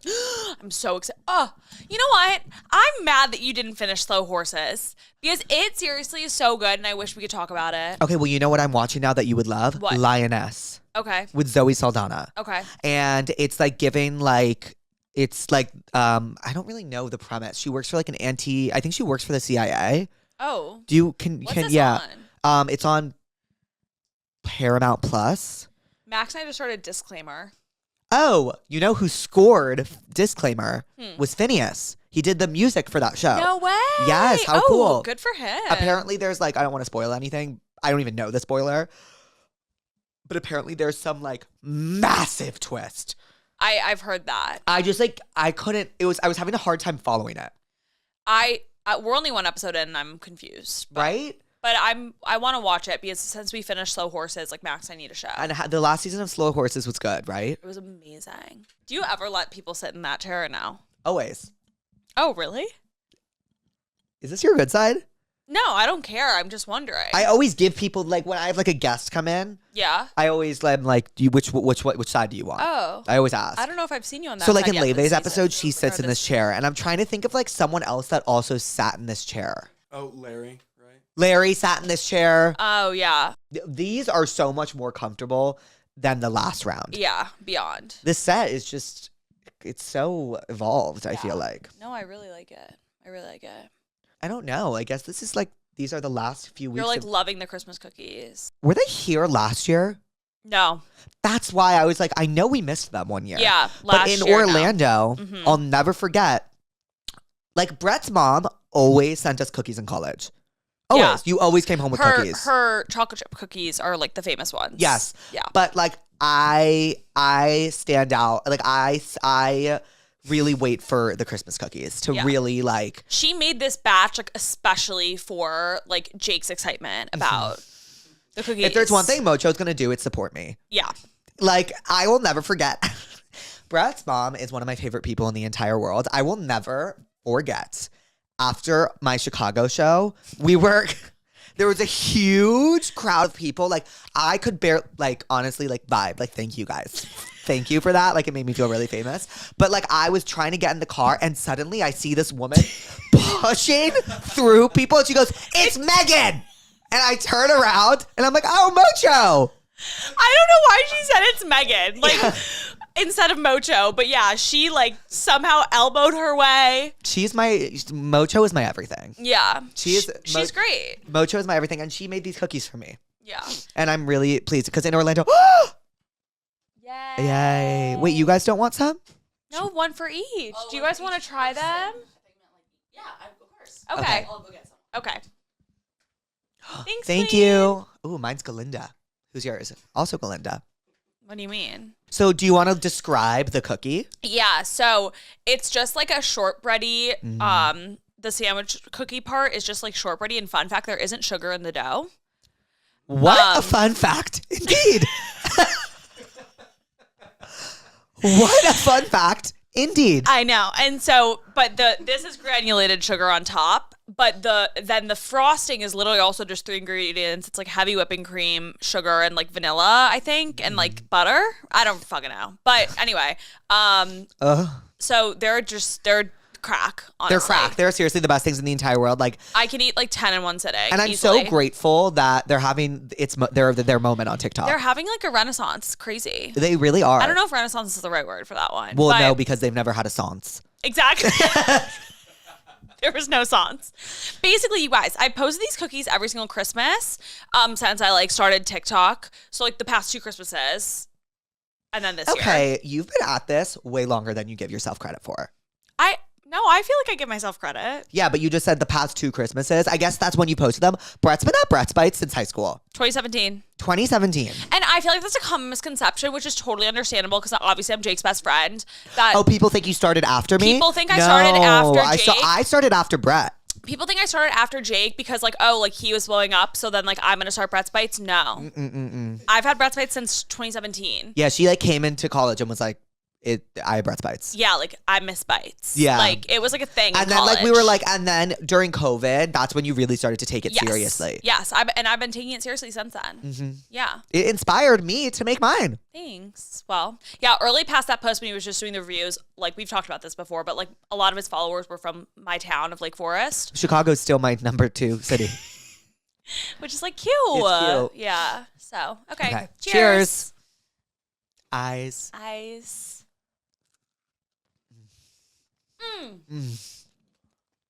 think it's so good. Fuck, Oh my dude. God. Right? Oh my God. Right? One thing about me and Brett is whenever we eat, we have synced up reactions. Yeah. Yep. Always. Oops. And you keep them cold. Keeping them cold is key, so that they aren't sliding around with the frosting. And the best part about these cookies is that they get better as you continue to bite into them. Bite, yummy. Wait, and a second wave hits. You know? Yeah. It's a second. Oh my God, they're amazing. You know what's crazy? What? Is the last time we recorded, I had, I would say, my first real viral TikTok sound on this app. And it's crazy because there was only one clip made from that entire episode. It was that. And I was going to have more made. I usually sometimes have them made as the week progresses. But I just had one made because it was Coachella weekend. It was my first Friday drop. Yeah, it was the first Friday. Episode. It was the first surprise episode. I just threw up the clip and it was Coachella weekend. So I didn't really think anything of it. And then all of a sudden, Jake and I are texting and I'm like, wait, Jake, people are using the sound. People are using this sound, that's common sense, I fear. And then slowly it was bigger creators were using it. And then I was seeing it all over. And it was literally taking the app by storm. It was awesome. It felt really good. It did feel really good. It felt really good. It felt like we did a good job at something. Yeah. Because honestly, the amount of sounds or the amount of videos that sound has, and like probably obviously other sounds have been made that like aren't Right. yours. Like it's truly crazy. And like again, like I and everyone that asks, I say like we knew that clip was like funny because it was like funny banter between us. Like I didn't think it was as funny as like I just was like, oh, it's cute. when you first watched the episode back, you like kind of like laughed at it, Yeah, and you were and like, then- it wasn't anything like crazy. It wasn't like because I have moments where I'll clip something from the show and I'm like, this is going to be the clip to end all fucking clips, and it's just not. Yeah, And like it really just shows you that like it's the things you'll never expect. yeah, truly. Like my skits, I had no idea, yeah, but I was just having fun. It's when you're having fun. yeah. Agreed. Yeah, and so that was crazy. Yeah, they used it a lot during the election. Like, go vote. Yeah, That's common sense. yeah, yeah. It's crazy. It is a very versatile little exchange. Like, It is. I mean, not the marathon part, but like that's common sense. Like, you Well, know the what I mean? marathon part can like it's basically me insinuating I know something, you saying you actually don't know it, and you should know it because it's common sense. Yeah, yeah, yeah. That was clever, but like It was clever. I wasn't trying to be clever. Like, but then like when we reminisce, Right. And we made dessert bowls in that episode. yeah, we did. It was cute. I think I'm getting sick. Well, you've been traveling so much. I need a breath. Like truly, I need to breathe. yeah, because you also don't like getting on a plane, I hate it. but you do it all the time. Because it's like I don't want to not experience something just because I'm such a miserable human. Like, do you know what I mean? Like everyone's course. like, are you ever happy? No, I'm miserable. Like I'm a miserable human. Like, but at the same time, like complaining is my love language. Like I look back and like I like laugh about things I complained about. Like it's just like I'm just Jewish. Like I don't know. I think that's what it is. But like I don't know. Like I don't want to ever. But then it's like sometimes like I don't need to apologize for not everyone's enjoyment comes from the same thing. Yeah, So it's like you're valid. I need a breath. I love it's like, and then sometimes I'm like, ugh, I gotta get out of LA. And then I get out of LA and I'm like, I would literally cut my own dick off with a saw to be back in LA. Like I love this goddamn city more than anything in the you entire do. world. You love it. I here. ride or die for LA. You really I really do. ride or die for LA. Every time you leave, you say I miss LA. Just because it's like I have my things. And I think that goes for wherever people live. Yeah. Like I have my things. I wake up and I do my thing. Like, you know what I mean? Like I have on Saturday, like I have my thing. On Sunday, I do my thing. Like I have my things. Like, you know what I mean? Yeah. No, for sure. I feel like similarly, like ish. Like I don't like that's why I don't see myself moving anytime soon because I just like love my life here. I love being able here. to drive. I love Air places. One. I love Air One. Like I haven't gotten fresh corn grill in a really long time either. Fuck that. Yeah, fuck that. Fuck that. Yeah, it's disgusting. Fuck that. We're done. We're fucking done with that place. I am so sorry. That used fresh corn grill. I mean, I'm sorry if you are not from LA and you're like, what the fuck are these literal losers talking about? But like, You just have to be here and understand. you have to be here. You have to understand. Basically, fresh corn grill is like, okay, stop me if I'm wrong. There's this really expensive restaurant called The Ivy. Mm-hmm. It's very sceney. I've never been the biggest fan. Sue me. They love it. I've never been the biggest fan. I wouldn't say I love it. I just think it's a very quintessential LA experience. So like me and my family would always go like growing up. But like I'm not like rushing back to the Ivy ever. I don't have a pep in my step when I'm en route. Like I don't want to go there. And it's also it's so expensive and like It's really stupidly it's expensive. like they are like assuming that you're paying for the experience and it's like, bitch, what experience? I'm sitting at a table. Yeah. Like it's not even like we're at like the Rainforest Cafe and there's like fun things going on. Like what? I don't know what I'm paying for. Yeah. Sorry. But regardless, the Ivy does have a really good like Spanish rice and a really good carne asada. So the chef at the Ivy made like a fast casual restaurant, right? Called Fresh Corn Grill. We discovered it in college. And it really changed our lives when we discovered it. Like we thought we were doing something by driving to West Hollywood and going there. Uh-huh. And like it was good, but like it also was kind of disgusting in a way. I didn't think it was disgusting until I watched someone get a sun-dried tomato pasta from there. Okay, that's disgusting. And I hate sun-dried tomatoes. And like actually more than anything in the entire world. Yeah, I mean, I'm not their biggest fan either. Like, what, you but put them out in the sun and dry them? And, like, that's disgusting. I don't know. It's a crazy concept. But yeah, it started grossing me out. It's just one of those things. Let's call it too, I understand. You guys still love it. I don't love it. I went with my sister the other week, and it was good, but like Do you remember Chicken Gate? Chicken Gate really scarred me for a long time. What happened again? So, as a lot of you guys know, I need to get my chicken like extra well done. Like, I want it like burnt. I want it like chewy. I don't want juicy. Like, I cannot eat chicken if there's any sort of not burnt piece, and I'm very particular about it. And so, whenever I go to La Scala or anywhere, I say extra well done chicken, please. Like, you can burn it, like, please. And they bring me my salad. Oh, sorry.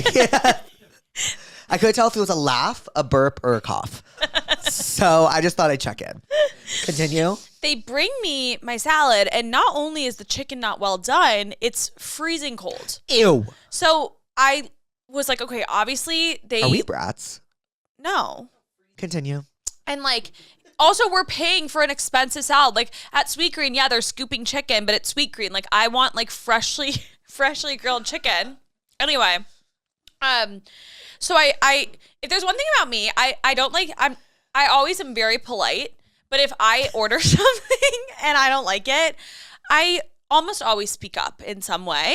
That's not a question of you being polite or not. Like, you're paying for something. Like, you're allowed to say, like, this is exactly. And I also think a lot of women are like taught to kind of just like accept things, and like a lot of women don't want to like say like, hey, like this isn't what I ordered. Like, say it. You're paying. Anyway, so I said to the waiter, I said, hi, like, excuse me, like, I asked for my chicken well done, and like this also seems like it like isn't like freshly like cooked. Like, could you please replace it with burnt chicken? And they go, oh, they go, oh my God, of course. Whatever. They take my salad away. And Julia's, actually. Same thing happened with Julia. What was up with mine? Did I get like pasta or something? I don't remember. I think yours was fine. And then they proceed to bring our salads back. And I think the chicken was colder than before. It was literally the same chicken, if not colder chicken.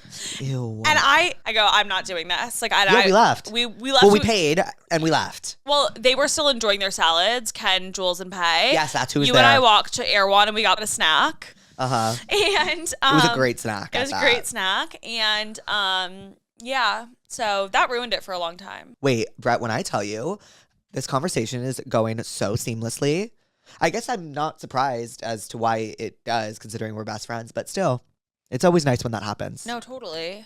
We also like, I feel like we're always having things to talk about. Because like you've been so busy, and like I'm busy sometimes. So like you are busy a lot of the times. So like we don't, yeah, like I've been so busy recently. I was at Tampax headquarters. I was about to say you were at Tampax headquarters. That was crazy. How was Tampax headquarters? It was honestly great. It was a really cool experience for sure. Did I expect to ever go to Cincinnati to Procter & Gamble headquarters? No, but so it was Procter & Gamble. Yeah, but like they call it like also like Tampax HQ because like Tampax is part of Procter & Gamble, but it was Procter & Gamble. Okay, and so did you see like what was the vibe? It was like, well, the vibe of like the Tampax of it all, or just like the vibe of Procter & Gamble. Like all of it.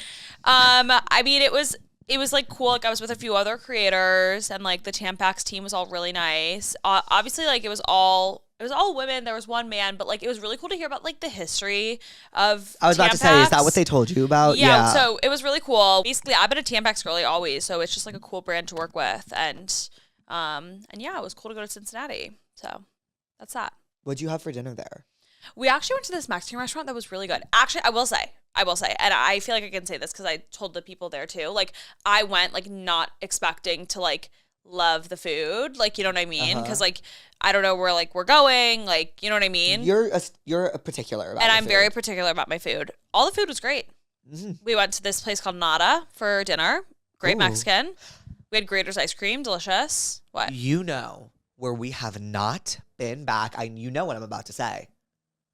We went there once. I have begged and begged and begged to go back. Are you talking about the place downtown? La Cha Cha Cha. I have begged and begged. It was the greatest fucking food I've ever had in my entire life. It was the greatest food I've ever had in my entire life. And because I don't drive, no one will come with me because I like have to get them to agree. It is literally in the Arts District. We live so far from there. We do live far from there, but it it was You loved that place. because the chips were like popped or something. Like, and they had like pasta. Oh, I remember us saying we didn't need that pasta though. No, but we liked it. But we didn't liked need the pasta. It. We yeah. just did what did the chips were just they went stupid. Like they were incredible. Yeah, and that was just a fun night in general. That was the best night ever. Yeah. You know what we never talked about? What? I mean, should we just get into the tell me what's wrongs? Yeah, but I want to hear really What quick. Severance? We never talked about. Did you watch the trailer for season 2? Oh, yeah. I'm excited. Do Are you you? want to get into it? A little, yeah. Okay, yeah. I'm freaking out. You know how much we love that show, and you know what I will say is Jake finished it before I did because I was getting like really bored in some of the episodes. I will say, and he was like, "No, just like get Stick with through for the finale." He was hyping up this finale so much. I was like, "This better fucking." It was so one of the good. greatest finales I've seen on television Ever. Actually, I think ever. the greatest ever. It was so just because of like how it all went down. It was so well written and like it was just so good. It was so good. I recently listened to this podcast episode that was like recapping it. It's this like TV. You actually would like this podcast. It's a TV podcast, and they like kind of just like it's commentary about different episodes of different shows. What's it called? It's called The Prestige. I've Max showed it heard to of me. this. And I've so heard of this. anyway, they're definitely going to do every single episode of this upcoming Severance season. So I'm very excited for that. They did like Slow Horses season 4, whatever. Is Slow Horses season 4 that good? Yes. Okay.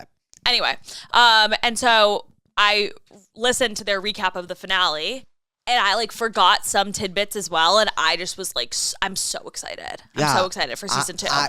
I forgot about the whole missing wife thing. The wife. The of it wife. all. I forgot about that. Do you remember the paint?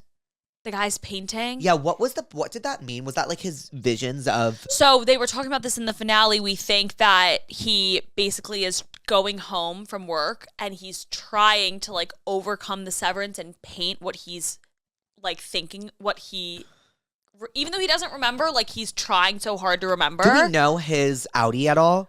We know that he's an artist. That's all we know. I think that's all we know. God, that show is so fucking heartbreaking. It's insane. And so basically, but he's the most like obedient in the workplace. Right. But then he gets the paint coming in his mind, remember? Yeah. And I think it's because when he goes home, he's trying to remember, he's trying so hard to overcome like the sever or whatever. And so it's creeping into both. That show is so good. It's so good. Apple TV Plus really like comes out swinging. Beyond. They have the best shows. Do you watch Silo? No, I was actually going to ask you. Okay. Here's my thing about Silo. I like it. Max and I weren't obsessed. At the end of season 1, I was like, give me season 2 now. And now that season 2's here, I'm like, You're like, whatever. I'm like, whatever. Yeah. You need to watch Hacks. I know, I do. Do you watch comedies? Yes, you do. You don't. I don't. But Hacks is so fucking good. I know. It's literally, do you watch Hacks, Manny? I haven't seen this last season. The last season's the greatest season. It's the best season. It's the best one. And it's just good. It's great television. Like that's what took me so long to watch Nobody Wants This, because it's just like I like a scary show. Me too. I loved Nobody Wants This. I still haven't seen Nobody Wants This. I thought it was great. When they do the sync of you and I, is it good?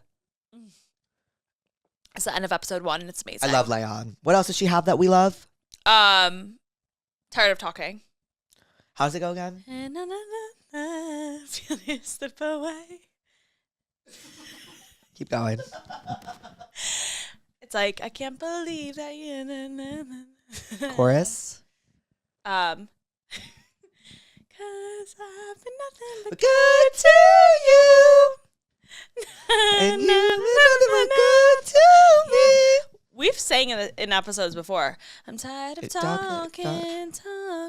Yeah, you remember. Yeah. We sang that song in episode No, we've sang a song. We sang You're Losing Me in my last solo episode. Yep. Yes. Yeah. Love You're Losing Me. Yeah. I hate to be that selfish asshole. I really need Reputation. So, Taylor's version. I need Reputation. I really need it. But like I feel so bad saying that because like imagine you finish like a world tour. Each show's 3.5 hours. And how many shows did she do? Like 150? 193, I think. Oh, Jesus Christ. Like I can't say that. Never mind. I take it back. Like No, but like I need it too. Well, because we were positive that by the time she ended the Eras tour, she would be done with the re-recordings and it would be like closing all the chapters. Remember? Wasn't that our theory? This is why, okay. I like the Eras tour and theories. I don't think people understand how exhausting it is to clown. beyond exhausting. It's exhausting. And that's why I like give up on it. I'm like, I can't do this anymore. too. Like, because also like there is some beauty and like being surprised. Do you want to hear the craziest fucking theory I saw the other day? And of course I watched it. And but- of course it makes sense. They all make sense. They always make sense. So you know the 112-day theory? No.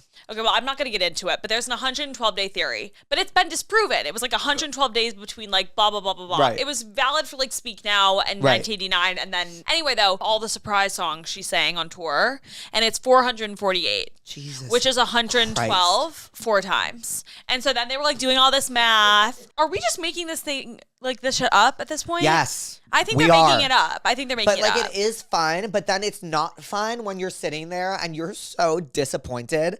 Yeah. Every single time. After time. Like, but it's like I don't want to be like it's like okay. I think the reason I love Evermore so much is like I really wasn't expecting that. Like I don't know what I was expecting, but I remember like there's just some moments of my life I'll never forget. And the day Evermore dropped, like from start to finish, I will never forget that day. Yeah. You woke me up at 5 a.m. Yeah. And was like, Taylor is releasing an album. I said, excuse fucking me right now. I FaceTime Jake immediately. Yeah, like, I said, when she excuse posted. me. And I was like, okay, like I wonder what this is going to be like. And the second I heard the opening strings to Willow, I was like, this album's my Roman Empire.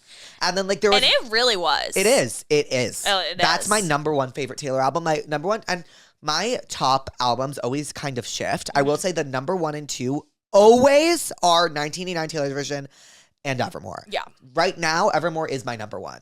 What's your number 3 right now? 1989 Taylor's version, just because like, is it over now? Is like so fucking good. Yeah, it's so and now good. that we don't talk is so good, and Suburban Legends is so fucking good, and like 1989 in general is just so good.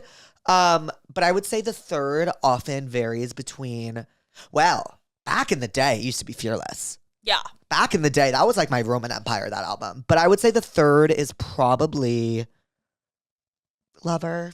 Yeah. Probably Lover. Yeah. I love Daylight so much that like I don't know what to do about it. Same.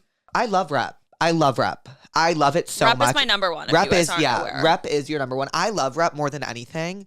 Well, obviously that's not true. I love other albums more. But I don't know where it is. I Okay. just there's just like I'm trying to think of like why that's not higher. I mean, it's okay. Fuck, I love Evermore so much. I'm like ruminated on It's also ruminating Evermore on- season right now. It is Evermore Because season. it's December. When it's summer, like that's Lover season for me. And I know people say that's Folklore season. August is Folklore season for me. Yeah. But Lover is like, I will never forget summer 2021. Like the world was kind of going back to normal. I think like we like half stopped wearing masks, half didn't. And I discovered, I don't know what, like there's certain songs that just get lost in translation for me on occasion. And Daylight was one of those songs. And when I discovered I that, actually remember I played it in my car at the very end of junior year. was that when I discovered it? Yes. I think, yes. Yes. And then you went home and you became hyper fixated. And I had only recently discovered, I hadn't been listening to it for very long. I just like was so amazing. And I would like remember getting on the New York subway. Yes, and, like, you would listening to- post about it on the subway. Yes. Why do I have such a vivid memory of that? Should we get into the Tell Me What's Wrong? Yes, I think we're ready. Okay, sorry. We had a little bit of technical difficulties and I had a panic attack. So, well, I'm reading these on my phone. There was a little bit of technical difficulties. My boyfriend always throws up when I get naked. We've been dating for 3 years. He says it's because he gets nervous, but like it's been 3 years. Is that crazy? Yes. What? Yes. That would ruin my life. You're Why stronger than didn't me. you break up with him already? Throws up every time you get naked? Oh, So like girl. every single time you have sex, he pukes before? Oh my God, that's like my worst nightmare. I'm sorry. I know I'm here to Disgusting. make you feel better, but like you need to leave him. It's far overdue. I don't know what else to say about that. Me either. I'm sorry. I am and so maybe astounded. maybe it is because he gets nervous, but like, girl, like It's not acceptable. my own insecurities wouldn't be able to handle that. That's just me. So like, if I would need to protect my peace in that situation. Yeah, break up with him. Break up with him. Sorry, I'm sorry, but like, I'm also sorry for you that happens. It's crazy. Nothing's wrong. I just got engaged and I wanted to tell you. Call me. Oh, Let's wish them a happy yes. engagement. Amazing. Hi. Hi, it's Jake, Shane, and Brett. Hey. Yeah, oh my God. You guys, I'm literally in the shower and I was like, who's calling Wait, me? we're so sorry, but we just needed to congratulate you on your engagement. Congratulations. Oh my God. Thank you guys. Wait, what's your name? What's your name? Holly. Holly. Christmas berry. Oh, Aw. period. Wait, tell It's us. your season. When did you get engaged? September. Do you guys know what Mackinac Island is? What? Mackinac Island? Yes, I know. I'm a Midwest Oh girl. my God, Midwestern girly. Yep. I got married, Jesus. I got engaged at Mackinac in September. Isn't that the one where you can't have cars? Yes. Yes. Congratulations. It's really cute. When is your wedding? Thank you Where is your wedding? Do you know anything about that yet?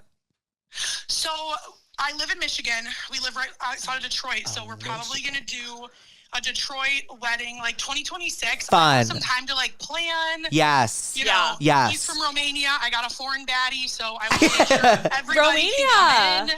You know the vibes. No, we know. Well, I don't because I'm single, but I know. So fair. No, you'll get a Romanian baddie one day. How is the Romanian dick? Massive. It don't quit.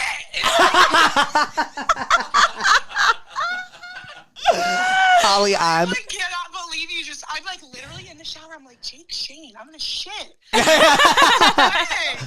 Oh my God, Holly. Well, we actually fucking love you. I was in such an anxious mood before this phone call, like literally spiraling, like recording, like actually tweaking. And this made my entire day. You've made me feel so much better. I love you guys. We love you. Love you. Being on the Congrats. pod is like the least anxious guest you could have. Yeah, I know. That's why I like feel safe being like I'm anxious because it's just Brett. But do you want to give a little hi, pussies? Oh my God, hi, pussies. Hi, Holly. Tense up. We love you. We love you. Congrats. Love you, Congrats. Holly. We love Bye. you. Obsessed. Obsessed with with Holly. Holly. Obsessed. With Holly. I love that she was in the shower. Same. Like you declining the calls. Like valid. What should I do when my best friend is not talking to me because her boyfriend said that he had a crush on me, but I've never met him? I know it sounds weird, but I swear I've never seen this man in my life. She is so pissed at me and not at him. Like she's not even going to break up with him. I'm at such a loss because I've had nothing to do with this situation, but it involves me and IDK what to do. Help, please. Your best friend sounds incredibly insecure. Yeah, she sounds like the worst, honestly. And this relationship sounds miserable and despicable. Yeah. And like but I will say like I actually love the term hold space. We can hold space for the fact that like this does make you upset and like you are losing a best friend and like Yeah. but there are certain situations where it's like there is literally nothing you can do. Like you can't take her and shake her and be like you are being crazy Yeah. because she won't listen. She won't listen. Like being in a relationship, especially like a toxic one, which like I don't know if this is toxic, but it sounds toxic, obviously. Like it clouds your judgment so much. And like No, it doesn't matter if it's toxic or not, it's the truth. yeah, and you cannot make her like she's clearly being irrational if she's blaming this on you somehow, which is just batshit crazy. And so unfortunately, like I do hope that one day she comes around and realizes that this was insane of her and apologizes. But like for now, you just gotta be like, You gotta just it sucks. yeah, It sucks. it sucks. It sucks. It sucks. Should watch Tell Me Lies. Prescription, Tell Me Lies. Yeah.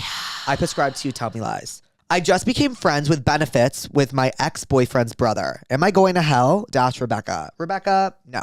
No. You're not going to hell. You're a boss. You're a boss. That's awesome. And That's sick. I prescribe to you. I prescribe John Tucker Must Die. Because in John Tucker Must Die, the main character ends up hooking up with John Tucker's brother, which is Penn Badgley. I'm sorry for the spoiler alert. Yeah. But that's what I prescribe. Have you ever seen John Tucker Must Die? Of course. It used to be one of my favorite It's movies. the best movie ever. It's an amazing movie. Yeah. That's sick. Can you do a few shows in Europe? I feel so left out, sweetie. Pussies, do I have news for you? I'm planning that right now. Really? Yeah, I am. Wow. See, it's like still in the baby stages, but we're getting dates, and we're gonna do London, Scotland. We're gonna do UK, just like over the UK in general, Scotland and Ireland. You should do Spain. Yes. You have pussies in Spain. Do I? There's a girl named Alicia. Uh-huh.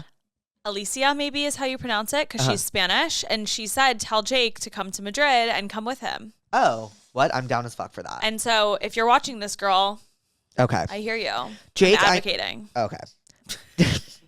Okay, so my sister has been hiding her boyfriend from our family for over a year, and we just found out she's been going on dates with other guys. What should we do? Do we accept it even though it's wrong?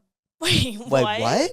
There are many layers to this. Okay, let's address the first part. Your sister's hiding your boyfriend. What would you do if Hannah or Elle hid their boyfriend from you? Have they ever done that? No. Yeah, I don't think they have. And that would just be very strange. And like, that would also just like signal that like, clearly they shouldn't be with this person because there's a reason why they're hiding him, you know? Or do you think there's also like this person should like look inward and like maybe there's a reason there? But clearly this girl is not a good person because she's going on dates with other people as well. Yeah. So I'm confused. Like, what is this girl concerned about? The fact that her sister's cheating on her boyfriend, or the fact that they don't know the sister's boyfriend? I don't know. I can't tell, but there are many layers. I think you need to have a conversation with your sister. Yeah. I got rejected from my dream uni and I stayed in my home country, still in a good uni, but it's not the same. And all my best friends are in different countries. I'm adapting and making new friends, but I feel like it would have been better otherwise. Should I try again? Because I'm so genuinely tired, but I can't let go of my dream. In my opinion, I would try again. I wouldn't let you being tired deter you from something you still want. But at the same time, if you apply and you end up loving your current situation, which very well could happen, just because you're staying in the same place doesn't mean that you won't end up learning to love your situation that you're in or loving it just naturally. But I would apply just so you have the option. It's always good to have an option. Yeah. And you never know if you don't try. Yeah. You will never know. And I agree. You don't want to live with that regret. Yeah, I agree. Like, it can't hurt to like, I don't know what transferring or how that is in Europe, but I prescribe normal people because okay. they went to uni. Okay. Yeah. Have you ever seen Normal People? No. It's really good. My boyfriend works with a girl we both went to college with. We weren't friends, and she continues to post him all over her Finsta and real Instagram. He feels weird telling her to put the camera away, and I don't want to be a mean girl and tell her to back the fuck off, but this has been happening for months. Months. Anyway, love you, Jake. XOXOXO. Love you too. I don't think that's a mean girl thing to say. Like, I would freak out. I would freak out. I would freak the fuck out. I would like, why is she taking like, pictures? That's so fucking weird. I just, like, I know. Well, she clearly has a crush on your boyfriend. Like, I don't want us to get in trouble for saying that, but yeah. Why would we get in trouble? It's someone will be like, girls and boys can be friends. And it's like, no, of course they can be friends, but it's like, no one's like posting someone like all over their Finsta who like has a girlfriend. Like, you know what I mean? It's just like when a guy has a girlfriend, it's just like a different. It's just rules of, it's just unspoken girl code. Like, that obviously will make another woman uncomfortable. Exactly. It obviously will. Like, I'm sorry if it's rational. I'm sorry if it's not rational. I mean, I'm sorry if it's not rational, but it's just. That's the thing. It's like, just how it is. I think it's just like when a girl gets a boyfriend and like, even if that guy like has girlfriends, like even if like they're like, oh, well, like we should still be able to do X, Y, and Z, like things change. Like things change. And you don't need to be crazy. Like you shouldn't be crazy and be like, oh, you guys can't hang out, like whatever. But it's like at the same time, like things change when a guy gets a girlfriend. And like, it's just out of respect. Yeah. Like, you don't have to apologize for something making you uncomfortable. Yeah. So true. You really don't need to. So true. So in the community I live in, everyone gets married by a 22 latest. Do you live in a cult? Like, I'm asking respectfully. I'm asking respectfully. 22 is insane. I'm 19 and I've never had a boyfriend. Any advice for putting yourself out there? Also, I love your podcast. I love you too. You absolutely do not need to be getting married by 22. I understand, like, when you're in an environment where, like, that's the norm. Like, how could you not view that as normal? But I'm 25 and I've never had a boyfriend, and that should be the advice in and of itself. Yeah. I think. I don't think you should get married by 22 either. It doesn't But matter. it is hard to put myself out there. I completely understand where you're coming from. If you want to put yourself out there more, like, I think my best advice is just remember that, like, nothing is that serious, and like it's not gonna hurt you by like going out of your comfort zone a little bit and like going on a date or like whatever. Agreed. Like it's life isn't that serious. Just like go for it. Okay, this one's in Italian. Do any of you speak Italian? No. Ciao, volevo sapere il tuo peso. Let's see what that means, shall we? Hi, I wanted to know your price.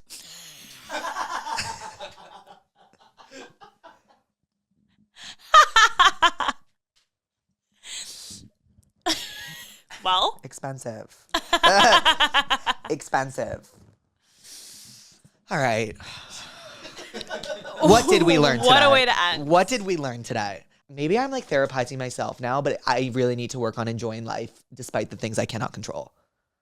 Yeah. It's really hard. And that's something I learned today while I was sitting talking with Brett and you guys. I love that. What did you learn? I I also learned that I'm coming to your Chicago Marathon, which I already knew. Yeah. Mm-hmm. I'm trying to think of what I learned. What did we talk about that I'm thinking?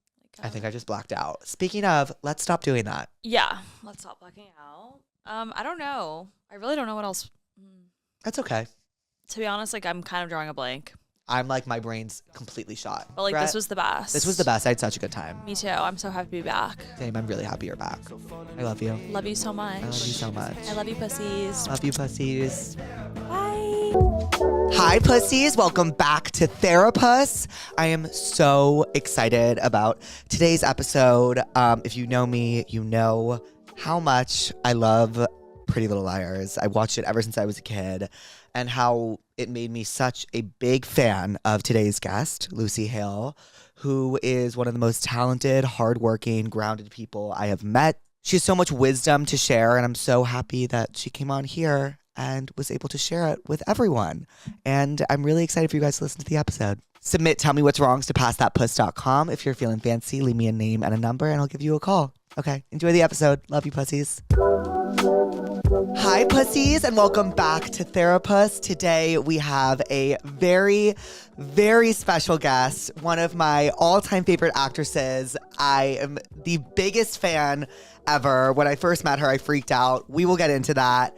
Pussies, give a warm welcome to Lucy Hale. Aw, hi. You're so cute. Hi. When we saw each other at the gym, I was like, you, and you were like, you. No, because I was freaking out. I was like so starstruck, and I was like, No, you don't understand. Me and my friend Claire, you're hysterical. We send your videos back and forth, so I'm a fan as well. that really Yeah. made my day. And then we started working out together. We were like, Now we're Pilates Pilates pussies. pussies. We're PPs. How does your body feel today? Because I'm quite sore. I'm sore. Okay, did you start at 8 a.m. yesterday? You were there. No, but because I was told 8:15 and then I showed Oh, up. and no. We did start at 8:15. Oh, okay. Yeah, but I always get everywhere Early. like 10, 15 minutes early. Yeah, so. you are really on top of it. You're like one of the first guests to show up like early. Okay, guys, Lucy showed up flowers and 10 minutes early. It's so me to show up annoyingly early to everything. That's my friend, not annoying. I always tell my friends like, do you have the friend that always shows up late, and then so you tell them Earlier. Oh, dinner's at 8, but dinner's really at 7:45, so Right. you know they're gonna show up on time. Otherwise, they show up at 8:15. I'm the opposite. Okay. I'm the opposite. So people tell you late times. Yes. So I've always been that way. I think I get it from my dad.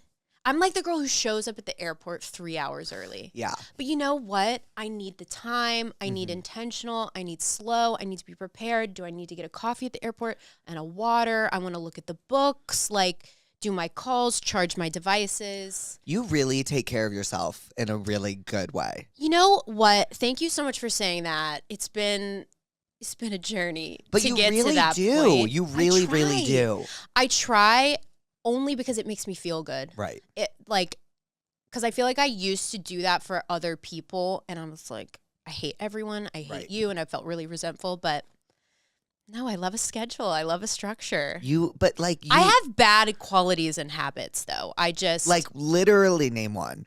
okay, like literally 2 days ago. I get really very upset by like very minor things. Me It's too. something I'm working on. So I was in the middle of traffic. I was at, where was I? La Brea and Santa Monica. Right.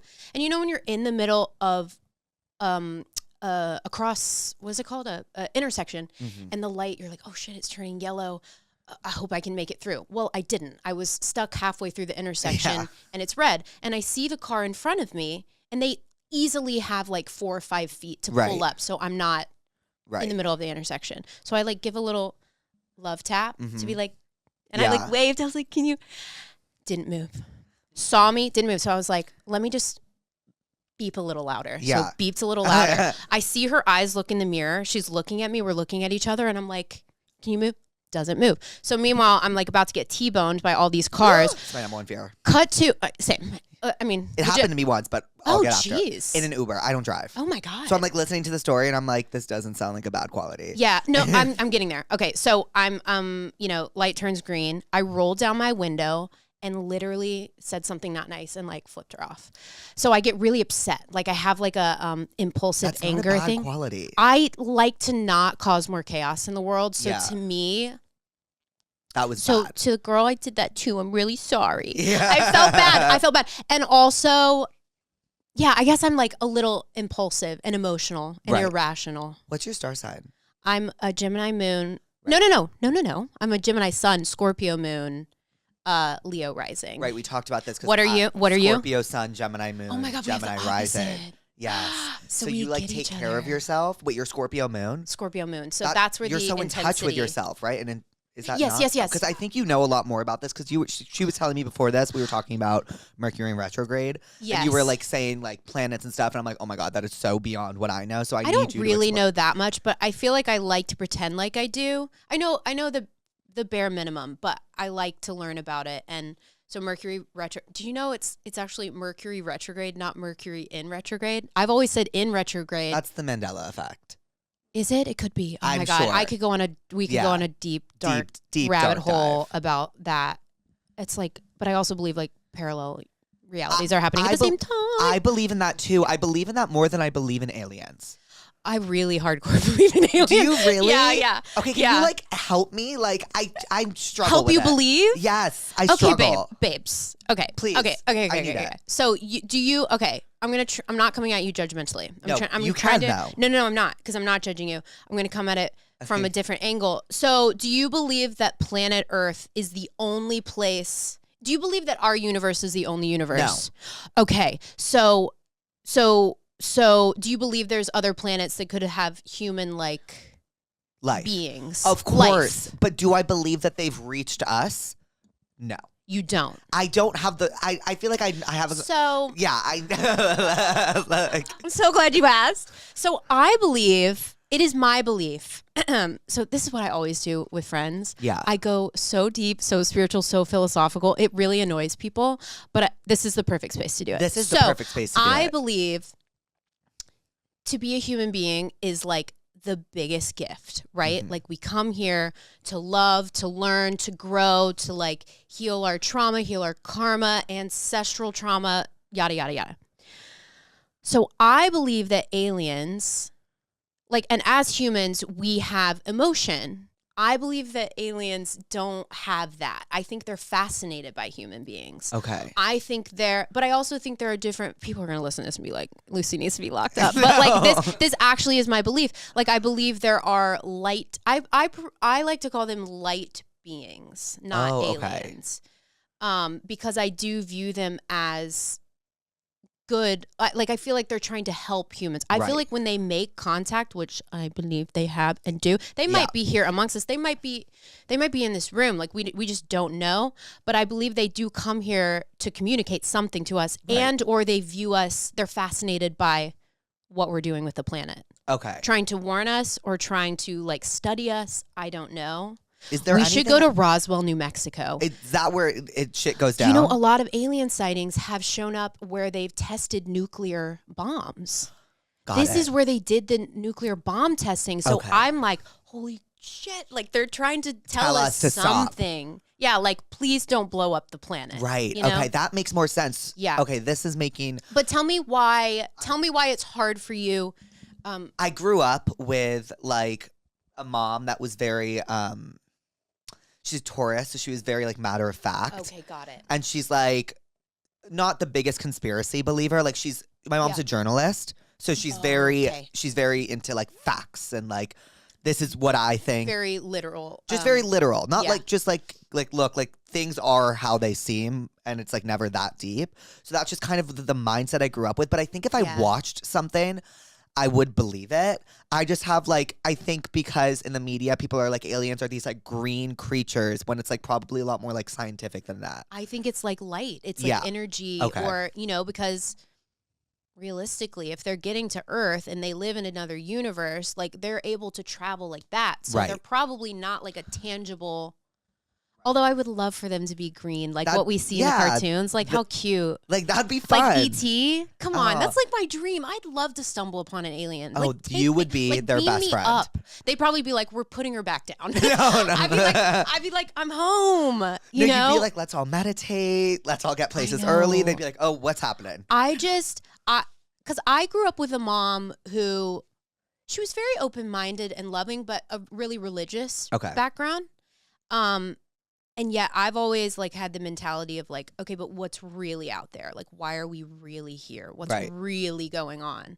From a very young age. Okay. So I've always thought, what would be the opposite of literal thinking? Figurative, Sure. right? Am I wrong? It sounds. We're gonna go with It that. sounds correct. Yeah. Okay.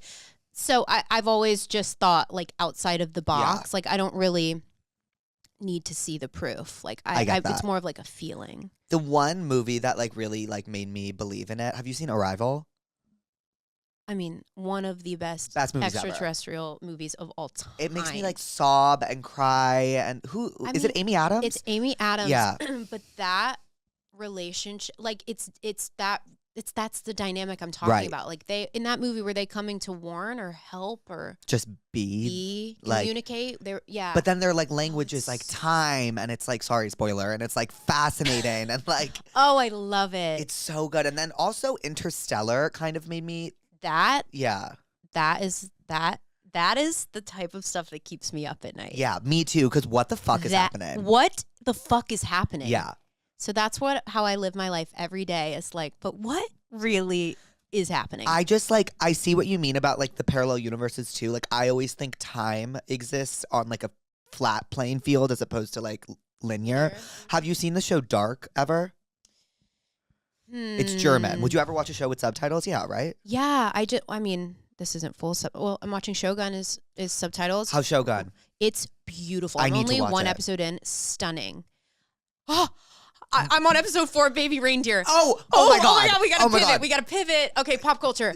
Okay, Did you finish? Are you in the middle? Are you at the beginning? I'm at the turning point oh where my god, it makes me I sick. don't want to spoil Yeah. anything, but I'm deeply disturbed. I'm so deeply disturbed. Does it get It gets worse? That's the worst it gets. Okay, whoa, because I'm That's scared. the worst it gets. And then the rest of it is him like it's so interesting that it happens smack in the middle because it's like you are like confused about his actions before and then now his actions make sense. I have a question. Yes. Okay, it's a two-parted question. Have you ever had a stalker, or have you lightly stalked someone? Like define lightly stalked. Like we've all internet stalked. Yes. I've never actually stalked someone, but like before a date, like, yeah, I'll look up where they grew up. Like, Yeah, like I'll look through their windows. no, like It's I look whatever. up their, I know you just like, I have Okay. to. I look up their Yeah. home house, their parents, There's Zillow. but like I've never like actually stalked someone like in Okay. person, but like, yeah, I've Yeah. internet stalked for sure. Okay, cool. Have you? No. I'm trying to think. Like, I've definitely like pushed it with. It's like the thing where you can't. It's like a self-sabotage. Right. Like I'm like, why can't I put my phone down? Why have I somehow ended up on his ex's like mom's? Right. You know, It's you just like a go in a rabbit hole. spiral. So yeah, like maybe really intense internet stalking, but no, never in person. I mean, I have thought like, oh, I wonder where they go get coffee, or like I wonder where they go grocery shopping, but I honestly I've don't never- think I've ever. Yeah, no, I've never done that. okay, well, good for us. But, I mean, But yay. the end of Baby Reindeer, which I assume you'll finish today or tomorrow, the final scene is seriously like I live for a good needle drop final scene, Okay. and like it was one of the best. Okay. It like everything comes full circle, and you're like, Oh my gosh. like your jaw hits the floor. It's so good. Richard Gadd is just like really talented Brilliant. too. Absolutely brilliant. And Yeah. like so amazing. Do you know it's based off a one man show? No, you were telling me this Yeah, I think yesterday. it's called Monkey See, Monkey Do, and it's like episode 4 is the one-man show that he put on. So Okay. what happens in episode 4, he performed as a one-man show, and there's videos of it on the internet with the real-life Martha laughing. No. Oh, what do Get you? comfortable. Oh, sorry. I was No, like, don't why did I wear apologize. jeans? No, get comfortable. I also like have I move a lot. Do you like Like the? restless. Do you like that? restless. That's Aquaripuss. You know why I know that? Because that's the last episode of Yes, yours I listened yes. to that Alexander named it. Yes, he Aquaripuss. did, and that's that was really Therapuss. quick. Therapuss. And then I don't know what that one is. You can name it. Oh shit. Okay, I'll think on it by the end of the. By the end of- I know you'll have something. Okay. Okay. I do have an extraterrestrial puss in my room, ETP. ETP. And then this is Cassandra. Cassandra. Which She's- one's the OG? Penelopus, but she needs surgery. Oh no. Like her tentacles like half She's broken. come undone. I have to Okay. like. Do you knit? Like You're like, I feel like you knit. I just feel like you do. Like you are very at peace with yourself, and people who are at peace with themselves like knit. They knit. Yeah.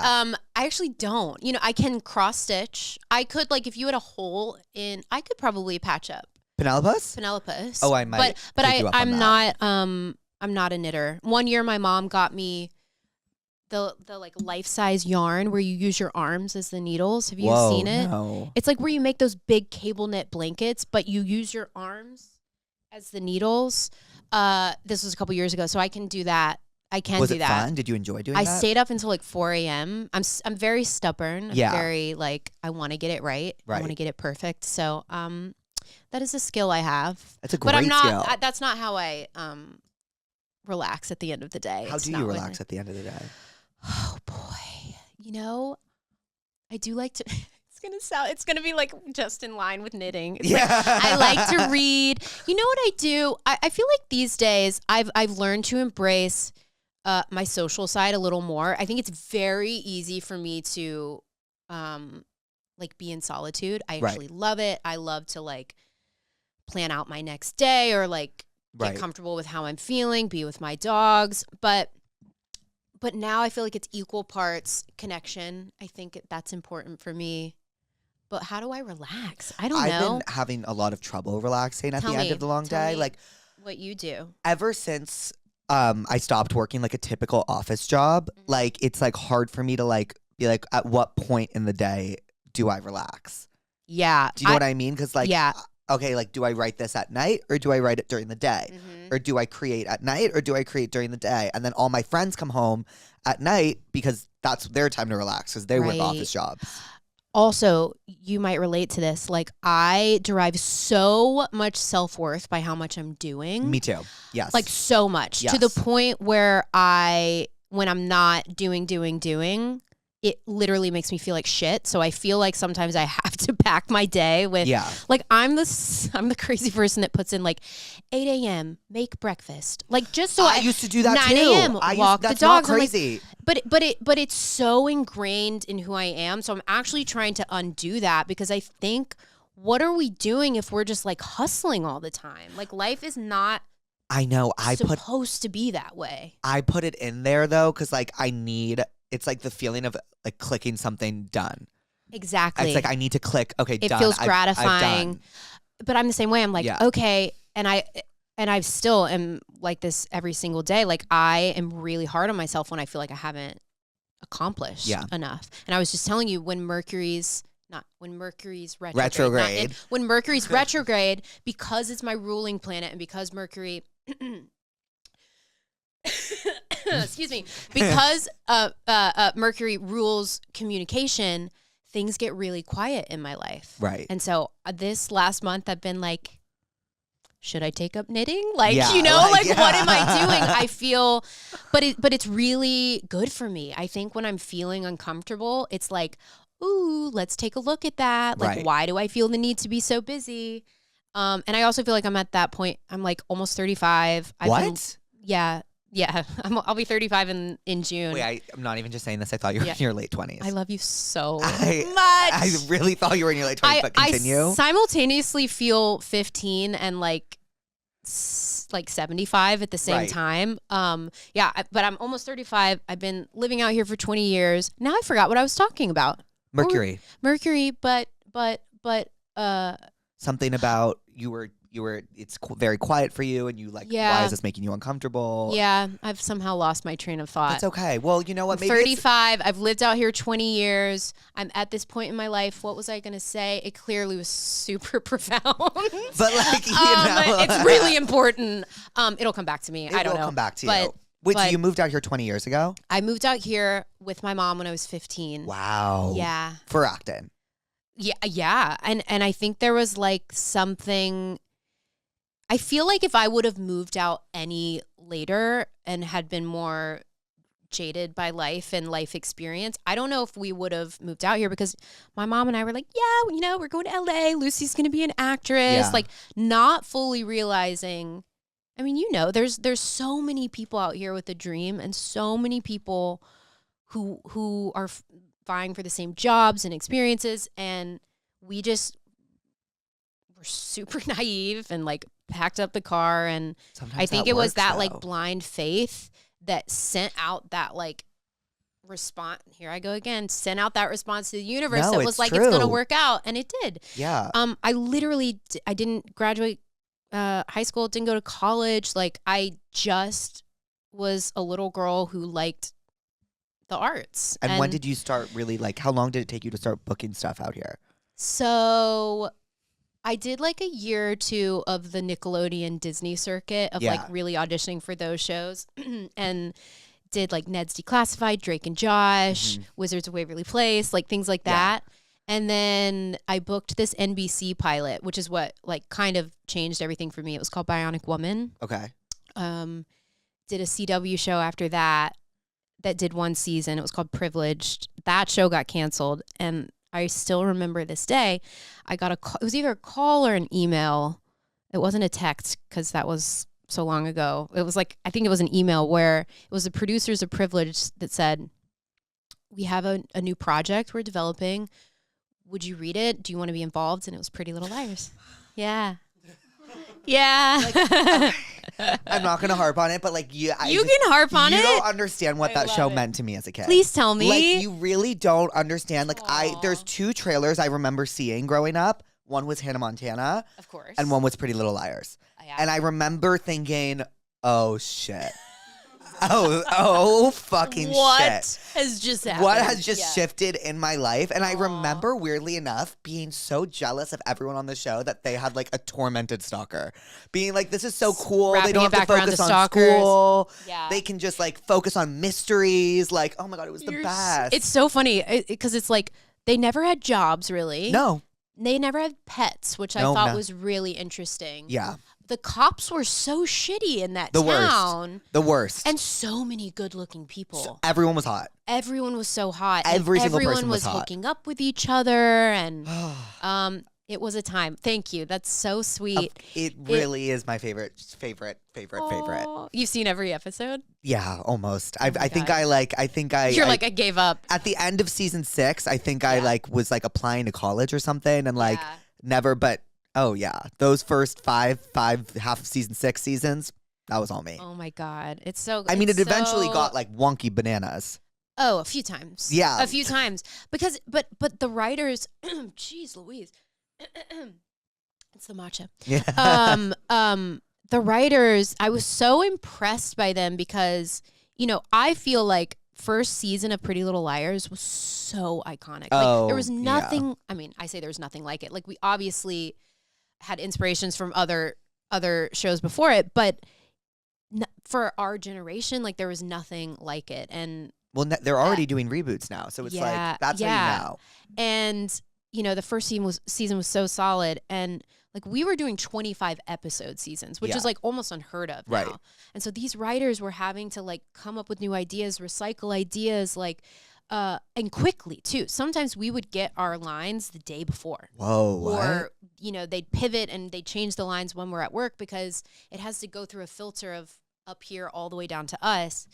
And those writers were just working so hard. And I always say, like, that show, I honed my craft on that show. Right. I learned the industry on that show. I learned every aspect of what it takes to make a TV show, from lighting to acting, directing, costume, hair and makeup, like really having an appreciation of a well-oiled machine like that, Right. and seeing it work for that long. Like I have chills thinking about it. That's never happened when I've actually like, I'll have moments where I'm like, holy crap, like that was a phenomenon. It was. To be a part of that, It like was. lightning in a bottle it means even more to me now, actually, because I don't know, maybe I'm just like more at peace in my life and like can actually like hold on to those amazing moments. But like, I love that show. I can't say enough about it. Like we grew up, we spent our 20s on the show, like so many ups and downs, but I mean, and then like hearing the impact it has on people, it's very cool. I just remember,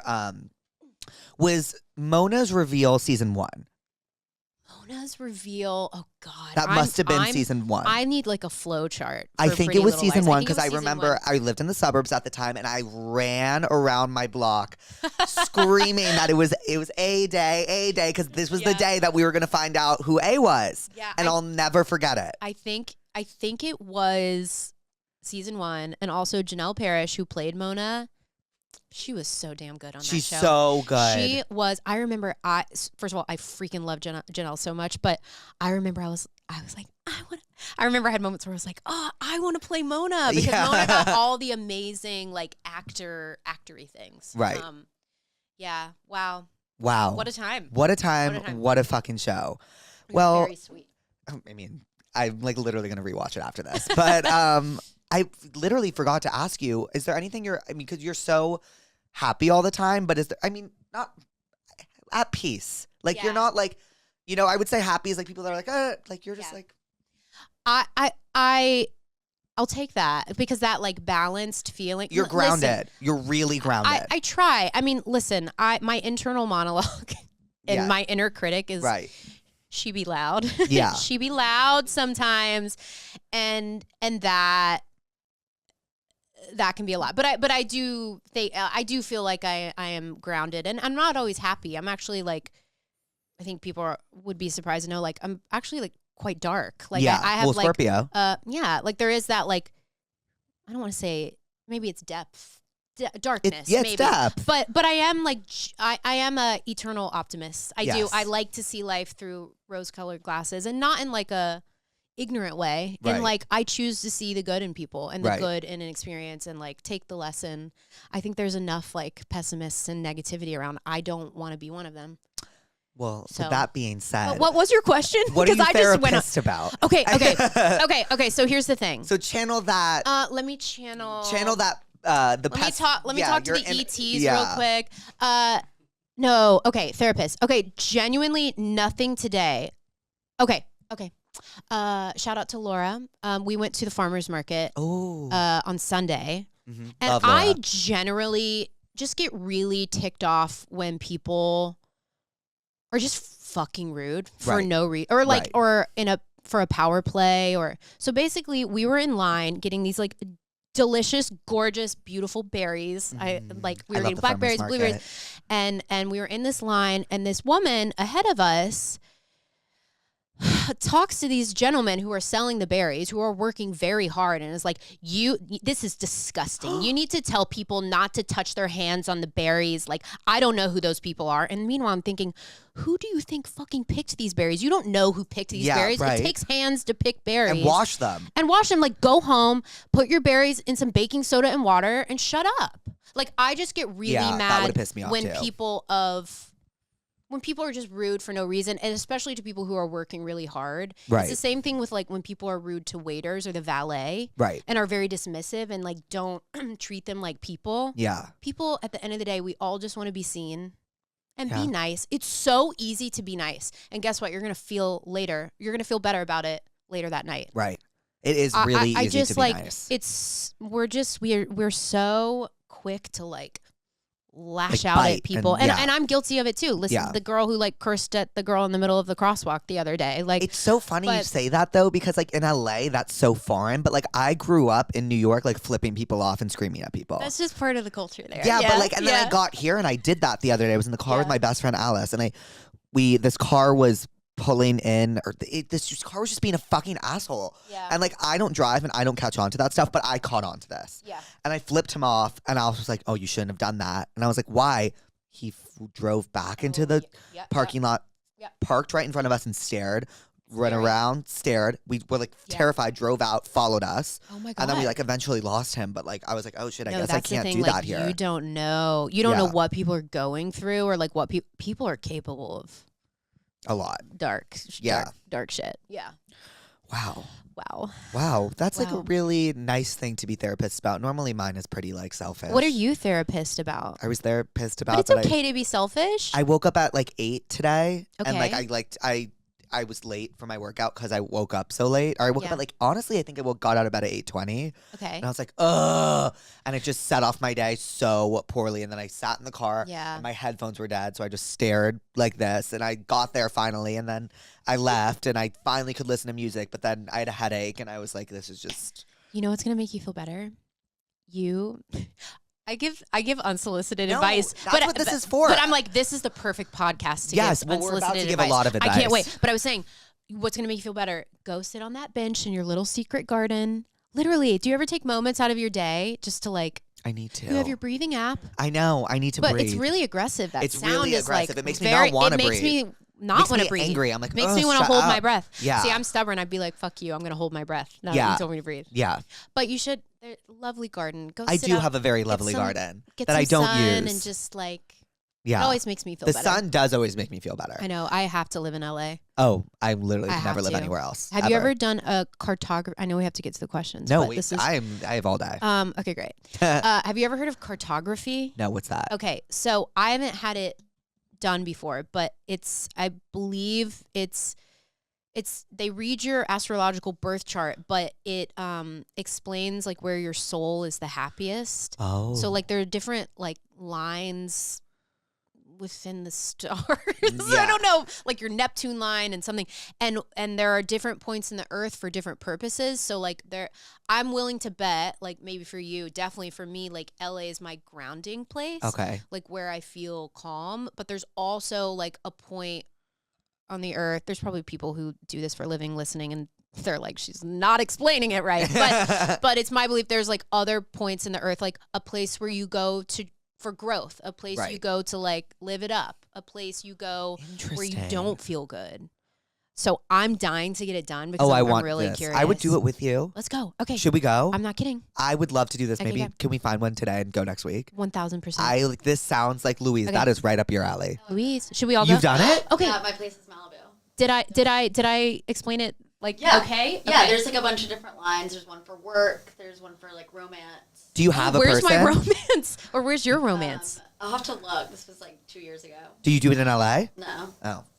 I bet we could find someone virtual. Yeah. But we're in I LA. need a person. We're in LA. We're in There's- LA. there's We're in the land of probably- horoscopes and spirituality. Yes, baby.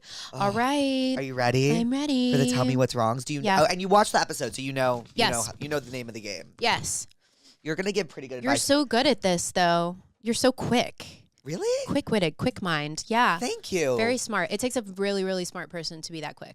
Thank you. Yeah. Ooh, Lucy! No, I'm serious. Oh my God. No, I'm serious. I know a lot of people who are idiots. Yeah. And I'm like, are you thinking anything? No. I think too much. I really respect a quick I have to be mind. quick. Yeah. I have to be quick. Yeah. And sometimes I like do this and I like, am I good at this? Like, am I any good at this? Like, why am I doing this? But thank you. I appreciated You're very that. good I at love it. a compliment. And I feel like that is why do we all think that? Like that we're not supposed to be doing what we're doing. Yeah, or yes. It's ridiculous. I don't know. I don't like it. It's weird. Let's It's stop like it. it's because like people are just ready to eat you alive. Yeah. For example, Taylor Swift released her new album. Yes, she did. Within 24 hours, right? She released 31 songs. Okay? Yeah. 31 songs that she wrote herself. There's going to need to be a week to digest those songs. I've had to listen to it 3 times. 3 times. And it's really incredible how many Things you new miss. things I'm discovering. But yeah. like people have just been like so quick to like eat her alive for it. And Yeah. like if they don't like it off the first listen, eat her alive. And I think we I think honestly seeing the way some famous people are treated as to what they do makes you not like think that you're supposed to do what you do. I think it's disgusting that we criticize anyone's art. Oh, I think it's literally fucking disgusting. Do you know how hard it is to make anything? Do you know Yeah. how hard it is to be brave enough to be willing to fail? Right. Like, the critic thing is so crazy to me because are they ever happy? No, although never. her album from like a lot of critics got like 5 stars, like flying colors. But you know, in my industry, it's so hard for a critic to like a movie. So I've had to like completely try my best, and it's really hard to not care about world perception, Right. and ultimately be like, well, why am I doing this? Am I doing this? It's either to have fun, it's either to learn and grow. It's usually for like growth. It's usually just because like I love what I do and I want to create. If I'm not creating something, I feel off. Yeah. Which is like this last month when I felt like edgy. It's because it's like I love playing and I love, I just simply put love doing what I do. So the whole criticizing what people make is weird. So it's weird. Toxic. And why are we so quick to diminish someone's work Or like or people like yeah. love to cancel not cancel is not the right word, but like something bright and shiny, whether it be a project or a person, like because I think a lot of us aspire to that. Yes. We're so quick to judge it because it's a projection of our own internal shit. So how about we all work on our own shit and stop making other people feel bad? Right. And it's like no, I completely agree. It is so weird to like it feels like school like never ends really, and like that's like a teacher grading your assignment. 100%. You know what I mean? And it's like, well, I don't know. But I completely get what you're saying. Yeah. Oh my God, is this like the most serious podcast you've ever done? No, honestly, you'd be surprised. Really? This is like very lighthearted to me. Okay, good. Because sometimes like my my inner critic's like too much. Do you ever have the thing where you're like, oh, it's too much or it's not enough? I'm too much. I'm like, no. But do you ever have the feeling where it's both at the same time? Yes. I live in that sometimes where I'm like, oh, and I don't know how that is actually possible to feel like you are equal part. Not all the time, in moments, obviously, like not enough and too much. I'm like, yeah, but what about like the space right in between? No, I know what you mean. Okay. Like I honestly feel like that's why it's sometimes so. I used to do these like skits all the time, and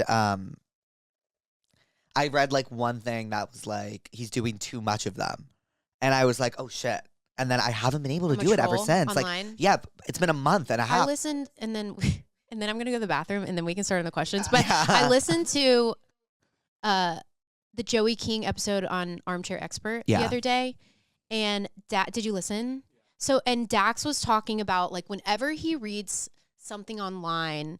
I'm not gonna do about the 7-Eleven guy on the parrot. Yeah. So I'm not gonna explain this right.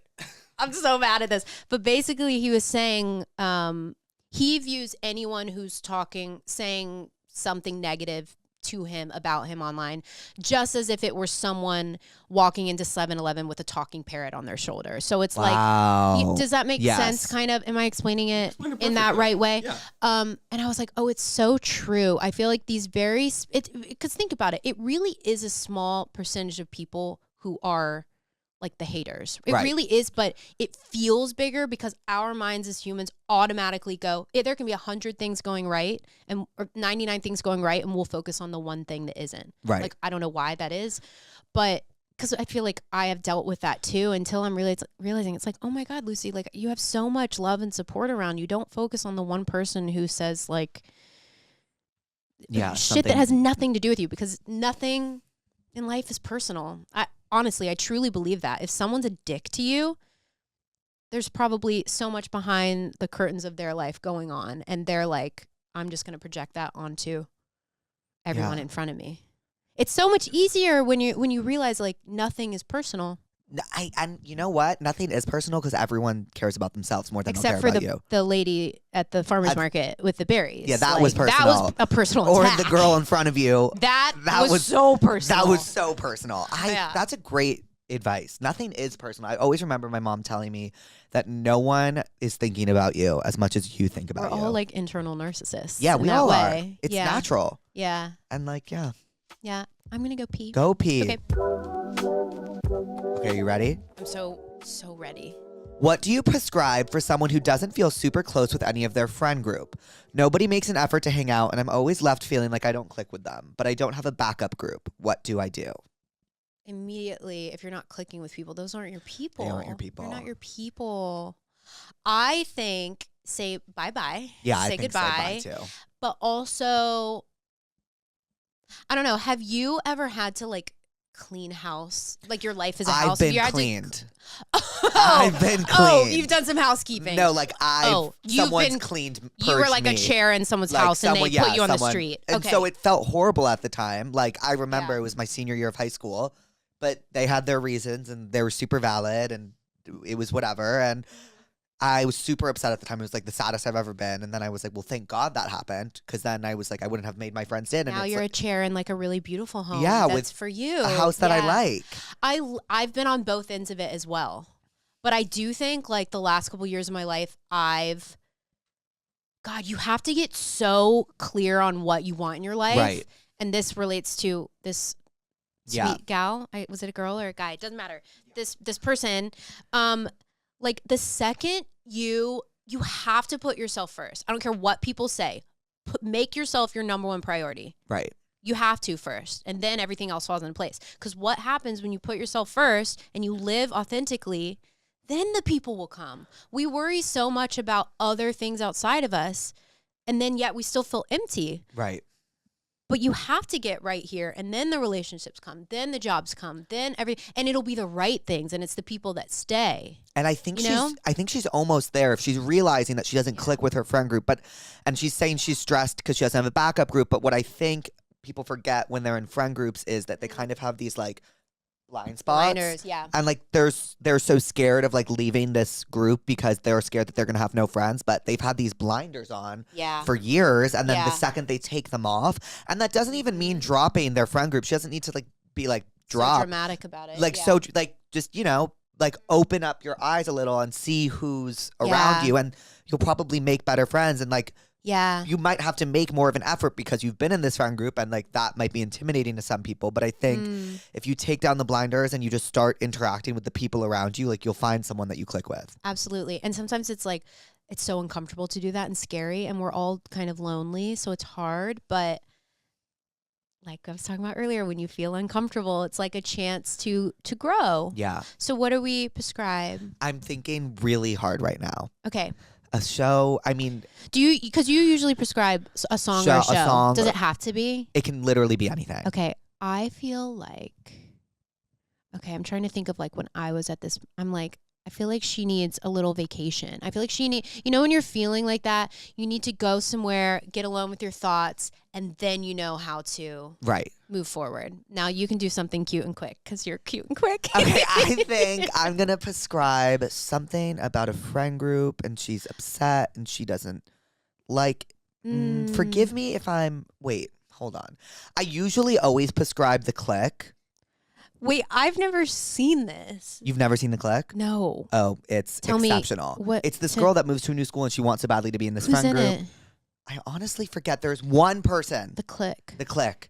But it's about this girl. She moves to a new school. She wants to be friends with these people, and they're in this friend group, and it's like very exclusive, and Yeah.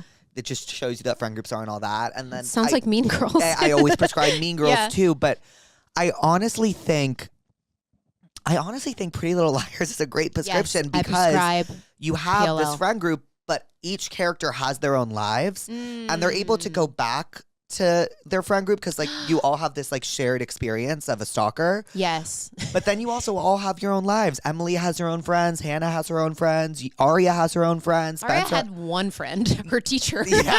I'm like, Aria, I feel like, But yeah. Yeah. Yes. I It know was what you're someone. saying. It was oh my God, I thought my zipper was undone. No, No, don't we're worry. good. We're good. We we're would good. tell you. We're good. Okay. Would you? No, you Yes. would. I trust you. You would. I would. But yeah, that's what I prescribe. I prescribe Pretty Little Liars. 'Cause Me too. I honestly think for as unhealthy of the dynamic they lived was, they were pretty solid friends to each other, and they pretty much knew how to navigate life with friendships. That was a foundation of the show, was the female friendship. Yeah. Do you So- think they're okay? I feel like they all have PTSD. Oh, Major. major PTSD. What do you think they're up to? Well, talking about knitting, like I feel like Aria is like probably knitting. Yep. And she's probably, I feel like she's I think she's the really most- codependent with Ezra. I think they're she's the most still together. traumatized. I think, but in a way that she's become like a recluse. Yes. Maybe. And I feel like she is just, I feel like Ezra's maybe living a big life, and Yeah. she's like enmeshed with Yes. his life. that okay to say? Maybe she's doing great. Well, maybe it's the truth. That's what you played her. I do know in the spinoff there was their film. There was talk that we had a kid and we're putting it up for adoption. Yes, it was but something Bailey like Madison is a really good friend of mine, and she was the one. No, she was having a baby, and Aria and Ezra were going to adopt the baby. Yeah, it was something like that. There was I some remember crossover. There was some Yeah. talk of Aria and Ezra, but I think that's I think 100% that's what Aria's up to. Tell me if you think I'm wrong. I think Hannah is like so in denial and like trying to repress it. 100%. And she's like partying and like living Doing in the drugs, city and doing like, drugs. Yes. And I think Spencer's a professor. 100. Yes. And I think I don't What's know Emily- what what's the Emily fuck doing? Emily is up to. I feel like Emily is like a world travel, like living a. Yes. She She's probably deleted social feels- media. I feel like she's probably the healthiest. Yeah. She's of in the touch with her four. past. Yeah. Yeah. Definitely. Oh my God, this is my childhood dream come true. Yeah, that's where I think they're fucking up to. Oh my God. I love it. I love it. You heard it here first. That is what Aria's up to. Aria's unwell. Aria's not well. She was never well though. None of them really. None of them were ever well. Yeah. I can't stop ghosting my therapist / making up excuses to not go to our sessions. And this is such perfect timing because my therapist called me at 11 today and I skipped. Dude. Okay, I can't believe that question. So I have actually taken a step back from my therapist. Really? Yeah, but in a way that like she was really proud of me. In a way where it's important to like take notice of when when it's not making you feel good. Right. Because I think there's a difference in like speaking about we have to acknowledge how we feel.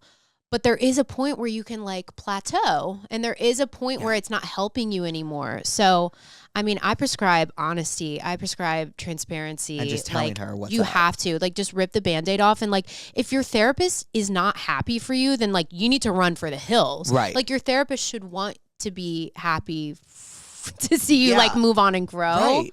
Yeah. I fucking have a ghosting problem. But with my current Oh, you therapist. do like you ghost people?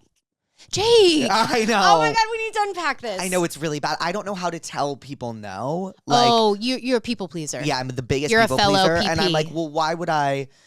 Like, I just get so uncomfortable. And I know, and then I'm like, would they I get rather get a paragraph from me about why I can't do this anymore? Or like, Yeah. would they rather just, like, I don't know. Or because I'm a fellow PP as well, people pleaser. Because what I'll do is like I can say no now, but I'll give like a million reasons why I need to say no. Yeah. Instead of just being like, no, I'm not interested in you. Right. Or no, I don't want to go to dinner. Like that's a good enough answer. And how people handle it, that's their problem. Agreed. That is so true. I mean, that's Yeah. just taking care of yourself. But I think my issue with therapy is that I am so self-aware that it makes me uncomfortable to talk about sometimes. Yeah. Like, I know everything. Like, you know, I know about myself. Like, I know what's good. And like sometimes I always like plan these sessions and then I'm always on the way to something. I'm like, I'm not going to call you in the car and I'm not. Yeah. And then I always like get this paranoid feeling that like someone is listening or something. Like I feel so uncomfortable. Yeah. And I think that's in part post-COVID, like with like this tech stuff. Cause like therapy, it was so important to do it in person. Yeah. But it's difficult for me to do in person. Like I have to kind of just do it over the phone. And like, I don't know. But I do talk to her once a week. We're scheduled for twice a week and I always miss one. Once a week is very good. I know. Yeah. But I love think that. I prescribe to this girl some honesty as well. Honesty. Just telling your therapist like maybe like once every 2 weeks or like maybe you're just not vibing with the therapist. You could also I do other therapists. I've ghosted therapists like hardcore. Like I don't ghost therapists are people. I don't ghost like relationships and stuff. I ghost because I've never had one, but I ghost so maybe I will, but There's time. There is time. Therapists like a lot. Yeah. Like if I'm done How many therapists you had? in the past 3 years, Yeah. 4. Okay. That's aggressive. Yeah. 4. What if there was like not a dating app, like an app for therapists where you could? I really like my one right now. Yeah. I love you do. her. You Love love her. her. Okay. Love She's her. here to stay. She's here to stay. Okay. Good. She knows me. I'm comfortable talking about like sex and like how I feel about my body. It and like, really is such a specific relationship. Yeah. You know? Like I don't feel like judged when I like Because sometimes like my other therapist that I had before this was TikTok famous, and I didn't What? know until What like does that mean? like she was. I'll show She you. was After. like Oh no, she had like millions of followers for like, being a therapist. for being a therapist, and I was like, Oh, this just no. isn't gonna work for me. Oh no. This isn't gonna work. Oh, that's so interesting Yeah. because was she talking about her patients? Just not using their No, names? I honestly didn't go through it. I just knew that like for something Fascinating. that like a lot of my anxiety derives from that app. I can't also have a therapist that is on it. Your anxiety derives from TikTok? Yeah, 'cause This is exactly why I don't have it. Yeah. I don't know how I've managed to not, but I think it was because I'm also, how old are you? I'm 24. Yeah, so I'm 11. Oh my God, I'm 11 years older than you. Wow. Holy shit. Oh my God, I'm almost literally in my mid 30s. What is going on? That's fucking Aliens, crazy. beam me up, take me away. No, I'm kidding. I love my 30s, but I think I'm older than you, so I think if even I were 3 years younger, that's all you know, right? Like there wasn't an option not to have one, but I knew I was like social media is really tricky for me. Like it's the sure tell way to get me to like feel bad about myself or that I'm not doing enough. Right. And so I feel like most people maybe feel that way. No, they do, but mine was a weird anxiety because it was like that used to be my anxiety, and then TikTok became kind of like my career. Right. And then I was like, oh my God, now I'm really stressed out because like my entire career is in the hands of whether people like think I'm annoying or want to watch me or like my which gosh, is why that's so nuanced and Yeah. layered. and it's like and it's such a privileged thing to say. Like I'm so grateful that I can do it as a career, and I'm so happy. It's like I love it when it hits. It fucking hits, and like when I make people laugh, there's no greater feeling. But yeah, like right now I'm like in this like kind of rut creatively, and like it's just like been hard. Yeah. Yeah. I relate. It's Yeah. okay. I think like being in a rut, it's time to. I've been writing a lot. Yeah, exactly. You're taking time to figure out what you want to do. I've been writing next. a lot, and I've been watching a lot brilliant. of TV. I like actually can't wait to see all the things you're gonna Oh, do. stop! I mean, there's so many people that I meet where I'm like, oh yeah, like right. you're genuinely like you're so funny. And like I said, you're very smart. I hope you give yourself that credit. Thank you. Yeah. I give myself a decent amount of credit, It's but like I'm brilliant. I no, know, but not for the smartness. The smartness, I'm like, I think I'm just pretending because I like I don't really know. It's funny that all my skits came from like historical stuff because I didn't really know anything about history. I just hate took history. I took the fucking sentence and like ran with Yeah. it. I'm in love with a man who has a girlfriend but texts me and entertains my messages on the side. I just know he's in love with me, but he's still with his girlfriend. How do we proceed? Leave him. He's never gonna leave her for you. We all know this story. Yeah. They're not ever gonna leave you to be with you. Ever. Ever. It's just tale as old as time, And right? then even if they do you want someone Do you want someone who's being unfaithful? Yeah. I personally don't. Right. That's a them issue. So I prescribe delete the number. Literally delete the number. Like I've Right. had to do that where something psychologically happens where I will delete every tangible thing about them. Yeah. And when you delete the contact, like something happens. Like you're like, I'm free. I also think just deleting the Yeah. contact and Yeah. honestly ghosting. Ghost. Yeah. This is when it's I don't okay think- to ghost. I don't think she should be like, well, this is Yes. why I'm ghosting you because he sounds like such a gaslighter already. And like, Yeah. he'll just be like, well, no, don't. And then you'll stay. Like, I think ghost clean Yeah. cut. He will stay tethered to you forever. If you You'll don't. look back a year from now and be like, what have I done? So I prescribe. I liked you said I prescribe ghosting. I prescribe ghosting. I also prescribe, you know the movie, is it The Holiday with Cameron Diaz? Yes. And isn't Kate Winslet like in love with this guy and he has a girlfriend? And Yeah. you know what? Just Yeah. cut it off. Yeah. So I prescribe The Holiday. The holiday and ghosting. I love that. That's Yeah. really healthy of us, I feel. I A also nice think so. balance. Yeah. I was so in love with a guy. We were together for 4 years. He did little things like get me flowers and surprises for no reason. My best friend never really liked him and kept telling me we should break up. On our 4th anniversary, I found out they had been hooking up for a year and she was pregnant. Help, I don't know what to do with my life.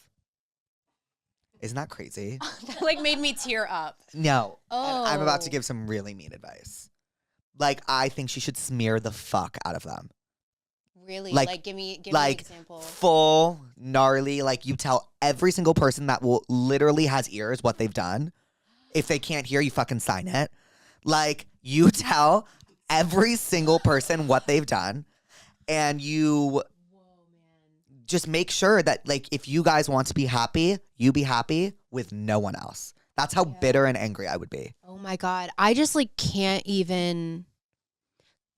I'm trying to like put myself in that headspace. Like, you know, I've definitely been hurt and betrayed, but not on that level. And I've also done things in that way. So I know how it feels on both ends. Right. Not that I slept with my friends. No, yeah. But I'm like, did I? No, I'm just kidding. I did not. I definitely did not. But of course, I'm like, okay, what would I really prescribe? Honestly, I think when life throws you something that like catastrophic, Right. like the girl who sent it in, like her life is about to like become so magical. Because I truly believe when something that painful, it's like clearly happening for a reason. So this sounds so cheesy, but like run towards what's like hurting you, because I believe that like there is a lesson in that. So I'm not going to prescribe revenge because I personally think I personally think like do whatever you need to do, like go to a rec room or a rage room or like, you know, be angry, be pissed, like do whatever you need to do. Cause I think like don't repress the anger, but like the best revenge in the world is like thriving and knowing you look amazing and knowing you've handled yourself with grace and kindness, even when people don't deserve it. Yeah. That is the best fucking feeling in the world. I had a situation about a year ago where there were two ways I could have handled it. Yeah. Really, really badly. Yeah. Where it would, my internal was like, Lucy, do it. Say it. Yeah. Say the truth. Yell it. Yeah. Call them the names. Like, do that. Or there was the more gentle way, which I took. And it took so much patience and kindness and understanding. And knowing I took that route, knowing I have nothing to be shameful of and regretful of, I know I couldn't have handled it in a better way. So honestly, like, yes, like, God, it feels so good to yell and scream. Revenge, And there is a way to do that without actually inflicting pain on them. So I would say I prescribe all of that. Yeah, honestly, all of what I just said. I take back my revenge. That sounds a lot like happier. But there is a way to still have that feeling of revenge, because I think we need that as humans to be like, fuck you. Right. And I want you to know that I say fuck you. Right. Like we need that like gratifying feeling. But how do you do that in a healthy way? It kind of goes away, because I felt that for like a year. I wanted to just like let this person know, like, you hurt me. Right. And I want you to know how bad you hurt me. But now I don't feel that anymore. And I think that went away because of the way I handled it. Right. So I prescribe take being Lucy's the bigger advice. person, Yes. but also like literally go to a rage room. Have you ever been to one? No, I need to. Do you know what it is? Yeah, it's when you throw shit at stuff, right? Yes. Aria did that in an episode, by the way. I remember So that. I literally got to What was the reason for that again? I don't know. I mean, she was mad at Ezra. I love Ezra. I feel like she was always mad at him. Yeah. We should go to a rage room. I would love to go to a rage room with you. Ooh. You know what I prescribe? What? Have you ever seen Yellow Jackets? Mm-hmm. I prescribe. That show is crazy. I prescribe Yellow Jackets because the main character, I forget the name, honestly, because it's been off season for so long, but she gets pregnant with her best friend's boyfriend's kid. And she told her best friend, like, she hated him. See, how do you come up with this stuff I watch a lot of TV. so quickly? I watch a lot of TV. Wow. That sucks. Like, I'm just, blessings to you, dear woman. And you're better off, honestly. Well, speaking of TV, do you care if we play a game really quickly? Yes. I think I told you about this in Pilates. Is this the A one? You guys, this came to me in like a dream, and I was like, oh, I'm fucking playing this game. Okay. So the game is, are these real messages from A, or did I just lie for fun? I'm going to be so mad at this. No, you actually, I think you'll get the, okay, ready? Uh-huh. Sorry about losing my temper. My bad. Real or fake? A text from A? Yeah. Sorry about losing my temper. My bad. That's a lie. It's real. Okay, it's real. It's a real text. And she sent it in all caps. A sent this? Yes. To who? Do you know? No. No. Okay, I don't cool. remember. Yeah, I don't. I can point blank tell you I don't remember that one. Okay. Okay. Give me the killer or I'll use your eggs. That's real. That's real. That's yeah. real. Yeah. Because who harvested their eggs? I think it was Emily? I think it was Emily. Okay, I think yeah. it was Emily. Yeah. A is for Allison, not acid. That's fake. That's fake. Okay. M, I heard you're gay. Shit. I feel like that might be real. It's fake. It's fake. Yeah. But I feel like A was taunting her about She her was, sexuality. She was. I based these off of real ones. And it was like a time where it wasn't really talked about in TV in Yeah. that way. Okay. I was like, that's so direct, but it could be true. Okay, this one's a tricky one. You're as in the dark as Jenna, looking for me in all the wrong places. Jenna's blind. Real. Real. Real. Okay, yeah. This one's kind of, okay. Be careful, Hannah. I hear prison food makes you fat. That's so real. It's real. That was an iconic That's one. an iconic one. Okay, ready? Yeah. She might not see, but she surely can hear. Did you bitches see Jenna? Real? Fake. Fake. Yeah. Yay! Oink, oink.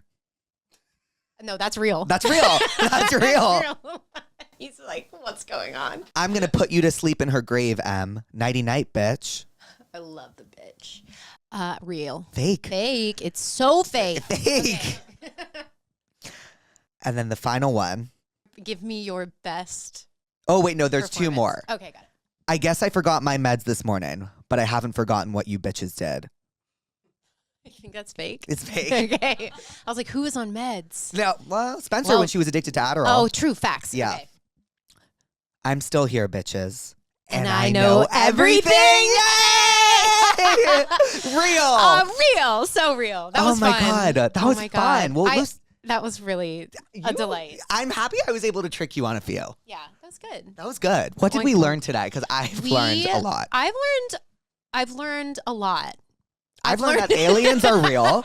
I've learned that aliens are real. Aliens it's Mercury are real. retrograde. Mercury retrograde. Cartography. Yes, I've learned about cartography. That sometimes revenge isn't the best Right. option. And what else do we need to know today? I mean, That your inner peace is more important than ruining someone else's. I believe so. Yeah. We'll leave it at that. I Lucy? agree. Oh, you're a little angel. I love you so much. I love you. This is so Thank fun. you. I'll Will you see say at bye to the pussies? Bye, pussies. Bye, pussies. Bye, pussies. Oh. Oh, yeah. What are you naming? Okay. Puss. What if? Pastrami. Oh, that was so good. But he's blue, so it doesn't really make It's sense. he's pastrami. Pastrami. He's like pastrami. A pastrami sandwich. And you've named him. Yeah. Okay, pastrami. Yay. Yay.